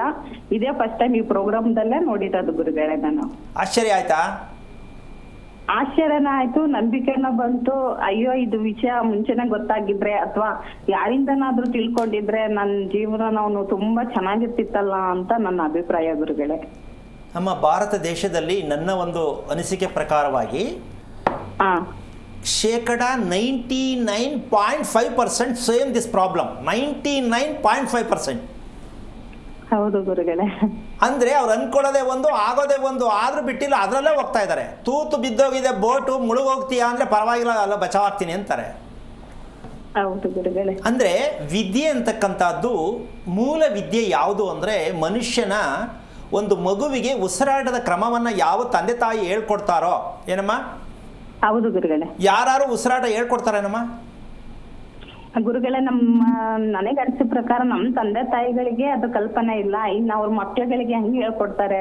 ಹಾಗಿದ್ದ ಮೇಲೆ ಮೂಲ ವಿದ್ಯೆ ಸ್ಕೂಲಲ್ಲಿ ಹೇಳ್ಕೊಡ್ತಾರೆ. ನಮ್ಮ ಉಸಿರಾಟ ಕರೆಕ್ಟ್ ಆಗಿದೆ ಅಂತ ಸ್ಕೂಲಲ್ಲಿ ಹೇಳ್ಕೊಡ್ತಾರಾ, ಕಾಲೇಜಲ್ಲಿ ಹೇಳ್ಕೊಡ್ತಾರಾ? ಅಲ್ಲೂ ಇಲ್ಲ ಅನ್ಸುತ್ತೆ ಗುರುಗಳೇ. ಅಲ್ಲಿ ಎಲ್ಲಿದೆ, ಅಲ್ಲಿ ಎಜುಕೇಶನ್ ಎಲ್ಲಿದೆ? ಉಸಿರಾಟದ ಕ್ರಮ ಹೇಳ್ಕೊಡ್ತಾರೆ, ನೀನು ಉಸಿರಾಟ ಚೆನ್ನಾಗಿದೆ ಅಂತ ಹೇಳ್ಕೊಡಲ್ಲ. ಹೌದು ಗುರುಗಳೇ. ಇದು ಯಾರಿಗೆ ಬೇಕಾಗಿದೆ? ಇದು ನಮ್ಮ ಉಸಿರಾಟನೇ ನಮ್ಗೆ ಇರ್ತಕ್ಕಂಥದ್ದು ಮೂಲ ಬಂಡವಾಳ. ಹೌದು. ಈಗ ಅದ್ರ ಬಗ್ಗೆ ಎಜುಕೇಷನಲ್ಲಿ ವರ್ಣನೆ ಕೊಡ್ಬೋದು, ಮಾರ್ಕ್ಸ್ ಕೊಡ್ಬೋದು, ಆದರೆ ಪರೀಕ್ಷೆ ಬರೆಯೋನಾಗಲಿ ಪಾಠ ಮಾಡೋರಾಗಲಿ ಅವ್ರ ಉಸಿರಾಟ ಚೆನ್ನಾಗಿದೆ ಅಂತ ಅವ್ರಿಗೆ ಗೊತ್ತಿಲ್ಲ. ಹೌದು ಗುರುಗಳೇ. ಎಷ್ಟು ಹಿನ್ನಡೆಯಲ್ಲಿದ್ದೀವಿ ಸ್ವಲ್ಪ ಯೋಚನೆ ಮಾಡಮ್ಮ. ನಾವೇನೋ ಸಾಧಿಸ್ಬಿಟ್ಟಿದ್ದೀವಿ, ಚಂದ್ರಲೋಕದಲ್ಲಿ ಹೋಗಿ ಫ್ಲೈಟಲ್ಲಿ ಆರ್ತಾ ಇದ್ದೀವಿ, ಅಲ್ಲೋಗಿ ಸೈಟ್ ಮಾಡೋಕ್ಕೆ ಹೋಗ್ತಾ ಇದ್ದೀವಿ ಅಂತ ಕೊಚ್ಕೋತೀವಿ ನಾವು. ಏನು ಮಾಡೋಕ್ಕಾಗಿಲ್ಲ, ಏನೂ ತಿಳ್ಕೊಂಡಿಲ್ಲ. ಯಾವಕ್ಕೆ? ನೆಮ್ಮದಿಯಾಗಿ ಆರೋಗ್ಯವಾಗಿರೋಕ್ಕೆ ಯಾವುದೇ ವಿಚಾರದಲ್ಲಿ ಇನ್ನು ಯಾವುದೇ ರಂಗಕ್ಕೆ ಬಾಮ್ಮ. ಆಸ್ತಿ ಮಾಡ್ತಾರೆ, ಸೈಟ್ಗಳು ಮಾಡ್ತಾರೆ, ಕಾರ್ಗಳು ಇಟ್ಕೊಂಡಿರ್ತಾರೆ, ಬಂಗ್ಲಾಗಳು ಕಟ್ತಾರೆ, 3-4 ಮದುವೆಗಳು ಮಾಡ್ಕೋಬೋದೇನೋ. ಆದರೆ ಮಲಕ್ಕೊಳ್ಳೋಕ್ಕೆ ಕರೆಕ್ಟ್ ನಿದ್ದೆ ಟೈಮ್ ಸರಿಗೆ ನಿದ್ದೆ ಬರುತ್ತಾ ಅಂತ ಸ್ವಲ್ಪ ಯೋಚನೆ ಮಾಡಿದ್ರೆ ಉತ್ತರ ಸಿಗುತ್ತೇನಮ್ಮ? ಅದನ್ನ ಯೋಚನೆ ಮಾಡೋದಕ್ಕೆ ಪುರ್ಸೊತ್ತಿಲ್ಲ ಅನ್ನಂಗೆ ಆಗ್ಬಿಟ್ಟಿದೆ ಗುರುಗಳಿಗೆ, ಜನಗಳಿಗೆ. ಅಲ್ಲ, ಒಂದು ವಿಷಯ ನಾನು ನೀವು ಮಾತಾಡ್ತಾ ಇದ್ದೀವಿ, ಜನಗಳು ಹೇಳೋಕ್ಕಾಗಲ್ಲ. ಮನುಷ್ಯನಿಗೆ ಸಕಾಲದಲ್ಲಿ ನಿದ್ದೆ ಬರ್ತಕ್ಕಂಥದ್ದು ಯಾರು ಬರುತ್ತೋ ಅವನಂತ ಕೋಟಿಪತಿ ಇನ್ನೊಬ್ಬ ಇಲ್ಲ, ಹೆಣ್ಣಾಗ್ಲಿ ಗಂಡಾಗ್ಲಿ. ಆಯ್ತು. ಸಕಾಲ ನಿದ್ದೆ ಅಂದ್ರೆ ಯಾವ್ದು ಹೇಳಮ್ಮ ನೋಡೋಣ? ಬೇಗ ಮಲಗಿ ಬೇಗ ಹೇಳು. ಅಯ್ಯೋ ಅಲ್ಲಮ್ಮ, ಇದು ಪುಸ್ತಕದ ಕತೆ, ಇದು ಪುಸ್ತಕದಲ್ಲಿ ಬರ್ದಿರೋದು. ಬೇಗ ಮಲಗಿ ಬೇಗ ಹೇಳು ಅಂತ ಅದು ಆಗಲ್ಲ. ಅದು ಅಷ್ಟೇ ಪುಸ್ತಕದಲ್ಲಿ ಓದಕ್ಕೆ ಸರಿ. ಒಂದು ದಿನ ಯಾವ ಸಮಯಕ್ಕೆ ಮಲಗ್ತೀಯೋ ಡಿಟ್ಟೋ ನಾಳೆನೂ ಅದೇ ಸಮಯಕ್ಕೆ ನಿದ್ದೆ ಬರಬೇಕು. ನೀನು ಸುಮ್ಮನೆ ಮಲ್ಕೊಳ್ಳೋದಲ್ಲ, 8ಕ್ಕೆ ಮಲ್ಕೊಂಡೆ ಇವತ್ತು ಮಲ್ಕೊತೀನಿ ನಿದ್ದೆ ಬರಲ್ಲ. ಕರೆಕ್ಟ್ ಟೈಮ್ಗೆ ನಿದ್ದೆ ನೀವು ಕರ್ಕೊಂಡು ಹೋಗ್ಬೇಕು, ಮಲ್ಕೋ ಈಗ ಅಂತ. ಕರೆಕ್ಟಾಗಿ ನಾಳೆನೂ 8 ಗಂಟೆಗೆ ನಿದ್ದೆ ಬಂದಿದೆ ಅಂದರೆ ನಿನ್ನಂತ ಅದೃಷ್ಟವಂತೆ ಇನ್ನೊಂದಿಲ್ಲ. ಈಗ ನಿನ್ನಲ್ಲಿ ಇರ್ತಕ್ಕಂಥ ವಿಚಾರನೇ ನಿದ್ದೆಯಲ್ಲಿ ತುಂಬ ಹಿನ್ನಡೆಯಲ್ಲಿದೆಯಾ ರೂಪ? ಗುರುಗಳೇ. ಹೌದಾ ಅಲ್ವಾ? ಹೌದು ಗುರುಗಳೇ, ನಾನು ರಾತ್ರಿ ತಡವಾಗಿ ಮಲಗ್ತೀನಿ ಗುರುಗಳೇ. ದೇಹದಲ್ಲಿ ಶಕ್ತಿ ಇಲ್ಲ, ಹಾಗಾಗಿ ಆರೋಗ್ಯನೂ ಸಮಸ್ಯೆ ಇದೆ. ಅಲ್ಲ, ಅದು ಆರೋಗ್ಯ ಆಮೇಲೆ ಬರ್ತೀನಿ. ದೇಹದಲ್ಲಿ ಶಕ್ತಿ ಕಡಿಮೆ, ನೋಡಕ್ ಮಾತ್ರ ನಿನ್ಗೇನು ಕಮ್ಮಿ, ಎಲ್ಲಾನು ಚೆನ್ನಾಗಿದೆಯಲ್ಲ ಅಂತಾರೆ. ನಿನ್ ಕಷ್ಟ ನಿನಗೆ ಗೊತ್ತು. ಹೌದು ಗುರುಗಳೇ. ನನ್ನನ್ನು ಯಾರು ಅರ್ಥನೇ ಮಾಡ್ಕೊಂಡಿಲ್ವಲ್ಲ ಅಂತಾನೆ ಯೋಚನೆ ಮಾಡ್ತಾ ಇದ್ದೆ. ಇಲ್ಲಿವರೆಗೂ ನೀನು ಯಾರು ಅರ್ಥ ಮಾಡ್ಕೊಳಕ್ ಆಗೇ ಇಲ್ಲ. ನಿಜವಾಗ್ಲೂ ಗುರುಗಳೇ, ಇದು ದೇವ್ರಂತ ಮಾತು ಹೇಳಿದ್ರು ನೋಡ್ರಿ ಗುರುಗಳೇ. ಅನ್ನೋ ನನಗೆ ತುಂಬಾ ಇದೆ ಗುರುಗಳೇ. ಯಾರು ನನ್ನನ್ನು ಅರ್ಥ ಮಾಡ್ಕೊಳೋದೇ ಇಲ್ಲ ಗುರುಗಳೇ. ಆಗದೇ ಇಲ್ಲ, ಚಾನ್ಸೇ ಇಲ್ಲ. ನಿಜವಾಗ್ಲೂ ಯಾರು ಪ್ರತಿಯೊಬ್ಬರು ಹೆಣ್ಣು ಮಕ್ಕಳಿಗೂ ಇದೇ ಸಮಸ್ಯೆ ಇರೋದು. ಮದುವೆ ಮಾಡ್ಕೊಳಕ್ ಅದಕ್ಕೆ ಡೌಟ್ ಎಲ್ರಿಗೂ, ಸರಿಯಾಗಿ ಸಿಗ್ತದೋ ಮುಂಡೆದು ಇಲ್ವೋ, ಇವ್ ಕಟ್ಕೊಂಡು ಹೆಂಗಪ್ಪ ಕತೆ, ಮಾಡ್ಕೊಳ್ಳೋದಾ ಮಾಡ್ಕೊಳ್ಬಾರ್ದ, ಇಲ್ಲಿ ಮನೆಯಲ್ಲಿ ಒತ್ತಡ ಮಾಡ್ಕೋ ಅಂತ. ಎಂಥ ಒಂದು ದುರ್ಗತಿ ಬಂದಿದೆ ಮಕ್ಕಳಿಗೆ ಇವತ್ತು. ಅಂದರೆ ಏನಕ್ಕಾರು ಈ ಭೂಮಿಯಲ್ಲಿ ಹುಟ್ಟಿದ್ನಪ್ಪ, ಇಲ್ಲ ಸುಮ್ಮನೆ ಸಿಂಗಲ್ ಆಗಿರೋಕ್ಕೂ ಬಿಡಲ್ಲ, ಇಲ್ಲ ಮದುವೆ ಮಾಡ್ಕೊಂಡು ಚೆನ್ನಾಗಿರ್ತೀನಿ ಅದು ಗ್ಯಾರಂಟಿ ಇಲ್ಲ. ಹಿಂಗೆ ಬದುಕೋದು ಹೆಣ್ಣಾಗಲಿ ಗಂಡಾಗಲಿ, ಎಂತಹ ಸ್ಥಿತಿಗೆ ಹೋಗಿದ್ದೀವಿ. ಅದಕ್ಕೆ ನಾನು ವಿದ್ಯೆ ವಿಷಯದಲ್ಲಿ ಮಾತಾಡಿದ್ದು. ವಿದ್ಯೆಯಲ್ಲಿ ಗಂಡ ಹೆಂಡತಿ ಚೆನ್ನಾಗಿ ಬದುಕೋಕೆ ಹೆಂಗೆ ಅಂತ ವಿದ್ಯೆಯಲ್ಲಿ ಇಲ್ಲ. ಮದುವೆ ಮಾಡಿಸೋ ಪುರೋಹಿತನಿಗೂ ಗೊತ್ತಿಲ್ಲ, ಜನ್ಮ ಕೊಟ್ಟ ಅಪ್ಪ ಅಮ್ಮನಿಗೂ ಗೊತ್ತಿಲ್ಲ ಮಕ್ಳಿಗೆ ನೆಮ್ಮದಿ ಹೆಂಗೆ ಕೊಡ್ಬೇಕಂತ. ಸುಮ್ಮನೆ ಮದುವೆ ಮಾಡ್ಕೊ, ನಾನು ಮಾಡ್ಕೊಂಡಿದ್ದೀನಿ, ನಾನೊಂದಷ್ಟು ಅನುಭವಿಸಿ ನೀನೊಂದಷ್ಟು ಅನುಭವಿಸು, ಇಬ್ಬರು ಕುತ್ಕೊಂಡು ಮಾತಾಡ್ಕೊಳ್ಳೋಣ ಅಂದಂಗಿದೆ ಪಿಕ್ಚರು. ಸೊ ನೀನು ಮಾಡ್ತಾ ಇರ್ತಕ್ಕಂತಹ ಒಂದು ವಿಚಾರ ಏನು ಅಂದ್ರಮ್ಮ, ನೀನೇನು ತಲೆ ಕೆಡಿಸ್ಕೊಳಕ್ಕೆ ಹೋಗಬೇಡ. ಮಗು ಆಗಿದ್ರೆ ತುಂಬ ಒಳ್ಳೆಯದಾಯಿತು. ಯಾಕೆ ಅಂದರೆ ಅದಕ್ಕೆ ಯಾವುದೋ ಪೂಜೆನೋ ಪರಿಹಾರನೋ ಹೇಳ್ತಕ್ಕಂಥದ್ದು ತುಂಬ ಸುಳ್ಳದು, ಹೇಳಲೂಬಾರ್ದು. ನಿನ್ಗೆ ನಾನು ಒಂದು ವಿಷಯ ಹೇಳ್ತೀನಿ. ಏನದು ಅಂದರೆ, ಬೆಳ್ಳಿ ತಟ್ಟೆ ಇದೆಯಾ ನಮ್ಮ ಮನೆಯಲ್ಲಿ? ಕಂಚಿನ ತಟ್ಟೆ ಇದೆಯಾ ನಿನ್ನ ಹತ್ರ ಮನೆಯಲ್ಲಿ? ಎರಡೂ ಇಲ್ಲ ಗುರುಗಳೇ. ಒಂದು ತಗೋತೀಯ ಹೋಗಲಿ, ಒಂದು ಕಂಚಿನ ತಟ್ಟೆ ಅಥವಾ ಬೆಳ್ಳಿ ತಟ್ಟೆ. ಏನು ಹೆಚ್ಚಿನ ವಿಚಾರ ಅಲ್ಲ, ತಗೋತೀನಿ ಗುರುಗಳೇ. ಆಮೇಲೆ ಇನ್ನೊಂದು ಹೇಳ್ತೀನಿ, ಮಗು ಆಗಲಿಲ್ಲ ಅನ್ನೋ ಯೋಚನೆ ಬಿಟ್ಬಿಡು. ನನಗೆ ಮದುವೆ ಆಗಿಲ್ಲ, ಈಗ ಲವ್ ಮಾಡ್ತಾ ಇದ್ದೀನಿ, ಹುಡುಗ ಒಂದು ಕಡೆ ಇದ್ದಾನೆ, ನಾನು ಒಂದು ಕಡೆ ಇದ್ದೀನಿ ಅಂತ ಅನ್ಕೋಬೇಕು ನೀನು. ಆಯ್ತು ಗುರುಗಳೇ. ಅಲ್ಲ, ಖುಷಿ ಆಗ್ತಾ ಇದೆಯಾ ಬೇಜಾರಾಗ್ತಾ ಇದೆಯಾ? ಖುಷಿ ಆಗ್ತಿದೆ ಗುರುಗಳೇ. ಮದುವೆ ಆದ್ಮೇಲೆ ಲವ್ ಮಾಡೋದು ತುಂಬಾ ಚೆನ್ನಾಗಿ ಕಲ್ತ್ಕೋಬೇಕಮ್ಮ. ಮದುವೆ ಮುಂಚೆ ಲವ್ ಏನು ಪ್ರಯೋಜನಕ್ಕೆಲ್ಲ, ಮದುವೆ ಆದ್ಮೇಲೆ ಲವ್ ಮಾಡಬೇಕು. ಆ ಲವ್ ಮಾಡ್ತಾ ಇದ್ದೀನಿ ಅಂತ ಮೊದಲು ಕಾನ್ಸೆಪ್ಟ್ ಇಟ್ಕೊ ನೀನು. ಆಮೇಲೆ ನಿಮ್ಮ ಯಜಮಾನ್ರಿಗೆ ಇದೆಲ್ಲ ಏನು ಹೇಳಕ್ ಹೋಗ್ಬೇಡ. ಏನು ನಾನು ಚೇಂಜ್ ಆಗಬೇಕು, ನಾನೇನೋ ಮಾಡಬೇಕು, ಸಾಧನೆ ಮಾಡಬೇಕಲ್ಲ. ನೀನು ಫುಲ್ ಚೇಂಜ್ ಆಗಕ್ಕೆ ಪ್ರಯತ್ನ ಮಾಡು. ಆಮೇಲೆ ನಿಮ್ಮ ಯಜಮಾನ್ರ ಹತ್ರ ಬಂದು ಕುತ್ಕೋತಾರೆ, ಏನು ಇವತ್ತು ಡಿಯರ್ ಇಷ್ಟೊಂದು ಜೋರಾಗಿ ಚೆನ್ನಾಗಿ ಎಷ್ಟು ಖುಷಿಯಾಗಿದೆಯಲ್ಲ ಅಂತ. ಆ ರೀತಿ ಪಳಗಿಸ್ಬೇಕು. ಹೆಣ್ಣು ಗಂಡನ್ನ ಪಳಗಿಸ್ಬೇಕು ಅಂದರೆ ಹೆಣ್ಣು ರೆಡಿ ಆಗ್ಬೇಕು ಮೊದಲು. ಏನು ಹೇಳ್ತೀಯಮ್ಮ ರೂಪಾ? ಆಯ್ತು ಗುರುಗಳೇ. ಇದನ್ನು ನೀನು ಮಾಡಬೇಕು ಅಂದರೆ ಒಂದು ಬೆಳ್ಳಿ ತಟ್ಟೆ ಅಥವಾ ತೀರಾ ಅರ್ಜೆಂಟ್ ಆಗಲ್ಲ ಅಂದರೆ ಬಾಳೆ ಎಲೆ, ತಾಜಾ ಬಾಳೆ ಎಲೆ ಅವಾಗ ತಾನೇ ಕಟ್ ಮಾಡ್ಕೊಂಬರ್ಬೇಕು. ತುದಿ ಎಲೆನ ತಾಜಾ ಊಟ. ಆಯ್ತು ಗುರುಗಳೇ. ಬಿಸಿ ಮಾಡೋದು ತಾಜಾ ಅಲ್ಲ, ಬೆಳಿಗ್ಗೆ ಮಾಡಿದ ಮಧ್ಯಾಹ್ನ ತಿನ್ನೋದು ತಾಜಾ ಅಲ್ಲ. ಏನೇ ಮಾಡಿದ್ರು 90 ನಿಮಿಷದಲ್ಲಿ ಅಷ್ಟೇ ಅದಕ್ಕೆ ಟೈಮ್. ಅದರ ಮೇಲೆ ತಿಂದರೆ ಅದು ನಿನಗೆ ಸಂಬಂಧಪಟ್ಟದ ಆಹಾರ ಅಲ್ಲ. ಅದನ್ನು ಏಕವಚನದಲ್ಲಿ ಹೇಳ್ತೀನಿ, ಅಳಸಿರುವ ಆಹಾರ ಜೀವನನೂ ಅಳಿಸುತ್ತೆ, ದೇಹನೂ ಅಳಿಸುತ್ತೆ, ಏನು ಕ್ವಾಲಿಟಿ ಬರಲ್ಲ. 90 ನಿಮಿಷನೇ ಗಡುವು ಅದಕ್ಕೆ. ಫ್ರೆಶ್ ಆಗಿ ಆ ಥರ ಆಹಾರ ಸೇವನೆ ಮಾಡ್ತಕ್ಕಂಥದ್ದು ಬಂದರೆ ನಮ್ಮ ಪ್ರಪಂಚದಲ್ಲಿ ಏನಕ್ಕಮ್ಮ ಇಷ್ಟು ಕಷ್ಟ ಬರುತ್ತೆ. ಮಕ್ಕಳಿಗೂ ಕಲಿಸಿಲ್ಲ. ಮಕ್ಕಳನ್ನ ಪೂರ್ತಿ ಹಾಳಾಗ್ತಾ ಇರೋದೇ ಡಬ್ಬಿಲಿ ತುಂಬಿ ಯಾರು ಡಬ್ಬಿಲಿ ಇಟ್ಕೊಂಡು ಹೋಗ್ತಾರೋ ಅವ್ರ ಕತೆ ಅಷ್ಟೇ. ಈಗ ನಾವೇನು ಹೇಳೋಕ್ಕಾಗಲ್ಲ. ಓದ್ಬಿಡ್ಬೇಕು. ಸ್ಕೂಲ್ಗೆ ಹೋಗ್ಬೇಕಾದ್ರೂ ಡಬ್ಬಿ, ಕೆಲ್ಸಕ್ಕೆ ಹೋಗ್ಬೇಕಾದ್ರೂ ಡಬ್ಬಿ. ಇದಕ್ಕೆ ಓದಿದ್ದು ಡಬ್ಬಿ ಹಿಡ್ಕೊಂಡು ಹೋಗೋಕ್ಕೆ, ಅಳಸು ತಿನ್ನೋಕ್ಕೆ. ಆದರೆ ಇದು ಕೇಳೋಕ್ಕೆ ಸ್ವಲ್ಪ ಕಷ್ಟ ಆಗ್ಬೋದು, ಖಾರವಾಗಿರ್ಬೋದು. ಏನಪ್ಪ ಹಿಂಗೆ ಹೇಳ್ತಾರೆ ಅಂತ. ನಿಮ್ಮ ದೇಹ ಏನಾಗ್ತಾ ಇದೆ, ಎಲ್ಲಿ ಹೋಗಿದೆ, ನಾಳೆ ತೋರಿಸ್ತೀನಿ ಚಿತ್ರನ, ಎಲ್ಲೆಲ್ಲಿ ಬೋಲ್ಟ್ ನಟ್ ಕಳ್ಕೊಂಡೈತೆ ಅಂತ. ನಿಮ್ಮ ದೇಹದ ಚಿತ್ರದಲ್ಲಿರುವಂಥ ಬೋಲ್ಟ್ ನಟ್ ಹೆಂಗೆ ಕಳ್ಕೊಂಡೈತೆ ನಾಳೆ ತೋರಿಸ್ತೀನಿ. ಇವತ್ತು ಸದ್ಯಕ್ಕೆ ಇಷ್ಟು ತಿಳ್ಕೊಳ್ಳಿ, ನಾವು ಅಳಿಸಿದ ಆಹಾರವನ್ನು ಎಷ್ಟರ ಮಟ್ಟಕ್ಕೆ ತಿಂತಾ ಇದ್ದೀವಿ, ಮಕ್ಕಳಿಗೂ ತಿನ್ನಿಸ್ತಾ ಇದ್ದೀವಿ. ಆಮೇಲೆ ಅದು ಬಿಸಿ ಮಾಡೋಕ್ಕೊಂದು ಯಾವುದಮ್ಮ ಅದ್ರ ಹೆಸರು, ಓವನ್. ಅದಕ್ಕೊಂದು ದುಡ್ಡು. ಇಲ್ಲಿ ಈ ಕಡೆ ಒಂದು ಫ್ರಿಡ್ಜು ಅಳಿಸಿದ್ದು, ಅಲ್ಲಿ ಬಿಸಿ ಮಾಡೋಕ್ಕೊಂದು ಬಾಕ್ಸು. ಏನ್ರಿ ಕರ್ಮ ಇದು? ಈ ಜೀವನ ಬೇಕಾ? ನರ್ಕ. ಮಕ್ಕಳಾಗಿಲ್ಲ, ಒಂದು ಕೊರತೆ. ಮಕ್ಕಳಾದರೆ ಯಾಕೋ ಸ್ವಾಮಿ ಯಾವಾಗಲೂ ಹುಷಾರು ತಪ್ಪುತ್ತೆ, ಅದನ್ನು ಕೊರತೆ. ಹೆಂಗೆ ಬದುಕ್ತೀರಾ ಅಂತ ನನಗೆ ಅರ್ಥ ಆಗ್ತಾ ಇಲ್ಲ. ಮಗು ಆಗದೇ ಇದ್ರು ಒಂದು ಕಷ್ಟ, ಮದುವೆ ಆಗದೇ ಇದ್ರು ಒಂದು ಕಷ್ಟ. ಯಾಕೆ ಜೀವನ? ಅಮ್ಮ ನಿನಗೆ ಅರ್ಥ ಆಯ್ತಾ, ಬೇಜಾರಾಯ್ತಾ? ಅರ್ಥ ಆಗ್ತಾ ಇದೆ ಗುರುಗಳೇ. ಬೆಳಿಗ್ಗೆ ಸಂಜೆ ಆರಾಮಾಗಿ ನೀನು ಮಾಡ್ಕೋಬೇಕು. ಮೊದಲನೇದಾಗಿ ನಿನ್ನ ಹೆಸರು, ಪೂರ್ತಿ ಹೆಸರೇನು ಹೇಳು? ರೂಪ ಗುರುಗಳೇ. ಅಲ್ಲ, ಇದನ್ನ ಈ ಮನೆಯಾಳಾಗೋ ಹೆಸರನ್ನ ತೆಗೆದು ಬಿಟ್ರೆ ನಿನಗೆ ಅರ್ಧ ಆಯುಸ್ ಜಾಸ್ತಿ ಆಗ್ಬಿಡುತ್ತೆ. ಹೌದ್ರಾ ಗುರುಗಳೇ? ಹೆಸರು ರೂಪ ಅಂತೆ. ಯಾವ್ದ್ರಲ್ಲಮ್ಮ ರೂಪ ಐತೆ ಇಲ್ಲಿ? ನಿನ್ನ ಜೀವನದಲ್ಲಿ ತಗೊಂಡ್ರೆ ಎಲ್ಲ ಮೈನಸ್ಸೆ, ಹೆಸರು ಮಾತ್ರ ರೂಪ. ಗುರುಗಳೇ, ಜನ್ಮನಾಮದಲ್ಲಿ ತುಳಸಿ ಅಂತ ಇದೆ, ಅವ್ರ ಶಾಲೆನಲ್ಲೆಲ್ಲ ರೂಪ ಅಂತ ಬರ್ತಿದ್ದಾರೆ ಗುರುಗಳೇ. ಅಮ್ಮ ಒಂದು ನಿಮಿಷ, ಅದಾಯ್ತು, ಬಿಟ್ಬಿಡಿ. ಈಗ ಅದು ಬೇಡ ಇದು ಬೇಡ. ನಾನು ಹೇಳ್ತಾ ಇರ್ತಕ್ಕಂಥದ್ದು ಹೇಳಿ ಗುರುಗಳೇ. ಹೆಸರು ಅಂತಕ್ಕಂಥದ್ದು ಆಮೇಲೆ ಹೇಳ್ಕೊಡ್ತೀನಿ, ಈಗಲ್ಲ. ಹಂಗಂದ್ಬಿಟ್ಟು ಎಲ್ಲ ಬರೀ ಕರೆ ಮಾಡ್ಕೊಂಡೆ ತಿಳ್ಕೊಳಕ್ಕೆ ಹೋಗ್ಬೇಡ. ಫಸ್ಟು ನೀನು ತಾಜಾ ಊಟ, ಬಾಳೆ ಎಲೆಯಲ್ಲಿ 5 ದಿವಸ ಬೆಳಗ್ಗೆ ಸಂಜೆ ಅರ್ಧ ಗಂಟೆ ವಾಕ್ ಮಾಡಬೇಕು. ಸಂಜೆ ಊಟ ಅಲ್ಲ, ನೀನು ಸಂಜೆ ಊಟ ಮಾಡಬೇಕು, ರಾತ್ರಿ ಊಟ ಮಾಡಬಾರ್ದು. ಆಯ್ತು ಗುರುಗಳೇ. ಬೆಳಗ್ಗೆ 5 ಗಂಟೆಗೆ ಎಕ್ಸಾಕ್ಟ್ ಸ್ನಾನ ಮಾಡಿ ರೆಡಿ ಇರಬೇಕು ನೀನು. ಆಯ್ತು ಗುರುಗಳೇ. ಒಂದು 3 ದಿನ ಮಾಡು. ಎಷ್ಟು ಕ್ವಾಲಿಟಿ ಬರುತ್ತೆ ನಿನಗೆ, ಎಷ್ಟು ಖುಷಿ ಬರುತ್ತೆ, ನಿದ್ದೆ ಎಷ್ಟು ಚೆನ್ನಾಗಿ ಬರುತ್ತೆ ಸ್ವಲ್ಪ ನೋಡು. ಆಮೇಲೆ ಮಾತಾಡಿಕೊಂಡು TV ನೋಡಿಕೊಂಡು ಊಟ ಮಾಡಬೇಡ. ಆಯ್ತು ಗುರುಗಳೇ. ಪ್ರಾರ್ಥನೆ ಮಾಡಿ ಕೆಳಗಡೆ ಕುತ್ಕೊಂಡು ಅಚ್ಚುಕಟ್ಟಾಗಿ ಚಕ್ಕಬಲ್ಲೆ ಹಾಕ್ಕೊಂಡು ಪೀಠದ ಮೇಲೆ ಕುತ್ಕೊಂಡು ಭಗವಂತನ ಸ್ಮರಣೆ ಮಾಡಿ ನಿಧಾನಕ್ಕೆ ಕಣ್ಣು ಮುಚ್ಕೊಂಡು ಅಗಿಬೇಕಮ್ಮ. ಆಯ್ತು ಗುರುಗಳೇ. ಕಣ್ಣು ಮುಚ್ಚಿಕೊಂಡು ಯಾರು ಊಟ ಮಾಡ್ತಾರೆ, ಕಣ್ಣು ಮುಚ್ಚಿಕೊಂಡು ಯಾರು ಪೂಜೆ ಮಾಡ್ತಾರೆ, ಅವರಂಥ ಶ್ರೇಷ್ಠವಂತರು ಪ್ರಪಂಚದ ಇತಿಹಾಸದಲ್ಲಿ ಯಾರೂ ಇಲ್ಲ. ನಾವು ಕಣ್ ತೆಕ್ಕಂಡೆ ಪೂಜೆ ಮಾಡೋದು, ಕಣ್ ತೆಕ್ಕಂಡೆ ಊಟ ಮಾಡೋದು, ಜೀವನ ಎಲ್ಲ ಬರೀ ಹಿಂಗೆ ಆಯಿತು. ಕಣ್ಣು ಮುಚ್ಚಿದಾಗ ನಿಮ್ಮ ಹೃದಯಕ್ಕೆ ಏನೇನು ಬೇಕೆಲ್ಲ ಸಿಕ್ಕತ್ತೆ. ನಾವು ಹೃದಯವಂತರಾಗಬೇಕು, ಬುದ್ಧಿವಂತರು ಬೇಡ. ಅದು ಸ್ಕೂಲು ಕಾಲೇಜಲ್ಲಿ ಇಟ್ಬಿಡೋಣ. ಅರ್ಥ ಆಯ್ತಮ್ಮ? ಆಯ್ತು ಗುರುಗಳೇ. ಇಷ್ಟು ಮಾಡು. ಒಂದು 5 ದಿನ ಮಾಡಾದ್ಮೇಲೆ ನಿನಗೆ ಏನಾದ್ರು ಸ್ವಲ್ಪ ಮಾನಸಿಕವಾಗಿ ದೈಹಿಕವಾಗಿ ಬದಲಾವಣೆ ಆಗೇ ಆಗತ್ತೆ. ಬಾಡಿಯಲ್ಲಿ ಇರತಕ್ಕಂತಹ ಔಷಧ ನಿನ್ನ ದೇಹಕ್ಕೆ ಎಷ್ಟು ಚೆನ್ನಾಗಿ ಕೊಡುತ್ತೆ ಅಂದರೆ ಖುಷಿನೋ ಖುಷಿ. ನಿನಗೆ ನೀನು ಖುಷಿಯಾಗಿದ್ದು ಬಿಟ್ರೆ ನಿನ್ನಂತ ಅದೃಷ್ಟವಂತ ಇನ್ನೊಂದಿಲ್ಲ. ನಿನಗೆ ಅದು ಬೇಕು, ತುಂಬ ಇಷ್ಟಪಡ್ತೀಯ, ನಾನು ಚೆನ್ನಾಗಿ ಖುಷಿಯಾಗಿರ್ಬೇಕಂತ. ಆಗ್ತಾ ಇಲ್ಲ. ಹೌದು ಗುರುಗಳೇ. ಯಾಕೆ ಅಂತಂದರೆ ನಿನ್ನ ಸಿಸ್ಟಮ್ ಚೆನ್ನಾಗಿಲ್ಲ, ಕೆಟ್ಟೋಗಿದೆ. ಏನು? ಊಟ ಸಿಸ್ಟಮ್ ಚೆನ್ನಾಗಿಲ್ಲ, ವಾಶ್ರೂಮ್ಗೆ ಹೋಗೋದು ಕೂಡ ಸಿಸ್ಟಮ್ ಕೆಟ್ಟೋಗಿದೆ. ಇದರಿಂದ ನಂಗೆ ಸರಿ ಹೋಗುತ್ತೆ ಅಂತ ನಿನ್ಗೆ ಗೊತ್ತಿಲ್ಲ. ಈಗ ಅದನ್ನು ಹೇಳ್ಕೊಟ್ಟಿದ್ದೀನಿ, ರಿಪೇರಿ ಆಗುತ್ತೆ, ನೋಡು, ಒಳ್ಳೆಯದಾಗಲಿ. ಥ್ಯಾಂಕ್ ಯು ರೂಪಾ ಅವರೇ ಕರೆ ಮಾಡಿದ್ದಕ್ಕಾಗಿ. ಗುರುಜಿ, ಇನ್ನೊಬ್ರು ಕಾಲ್ ಇದ್ದಾರೆ, ಚಿಕ್ಕಮಗಳೂರಿಂದ ಮಂಜುಳಾ ಅಂತ ಕರೆ ಮಾಡಿದ್ದಾರೆ. ನಮಸ್ಕಾರ ಮಂಜುಳಾ. ನಿಮ್ಮ ನಕ್ಷತ್ರ ತಿಳಿಸ್ಕೊಡಿಮಾ. ಜೋರಾಗಿ ಮಾತಾಡಿ. ಗುರುಜಿ ಇದ್ದಾರೆ, ಮಾತನಾಡಿ. ಹಲೋ ನಾರಾಯಣ, ಹೇಳಮ್ಮ, ಏನು ಬೇಕಿತ್ತಪ್ಪ? ಏನು ಕೇಳಿಸ್ತಿಲ್ಲ ನನಗೆ. ಹಸ್ತ ನಕ್ಷತ್ರ ಗುರುಜಿ. ಅದೇ ಆಯಿತು, ಹಸ್ತ ನಕ್ಷತ್ರ ಆಯಿತು. ಯಾರು ನೀನಾ ಮಗುನಾ ಯಾರು? ಅಲ್ಲಿ ನುಂಗೋಯ್ತು. ಏನ್ ಮಗು ಮಾಡಿ? ಗುರುಜಿ. ನೀನೇನು ಹಸ್ತ ನಕ್ಷತ್ರ? ಮಗು ಅಂತ ಹೇಳ್ತಿದ್ದಾರೆ, ಬಟ್ ವಾಯ್ಸ್ ಬ್ರೇಕ್ ಆಗ್ತಿದೆ ಮಂಜುಳಾ ಅವರೇ. ಹೌದಾ? Hello, hello. ಈಗ ಕೇಳಿಸ್ತಿದ್ಯಮ್ಮ?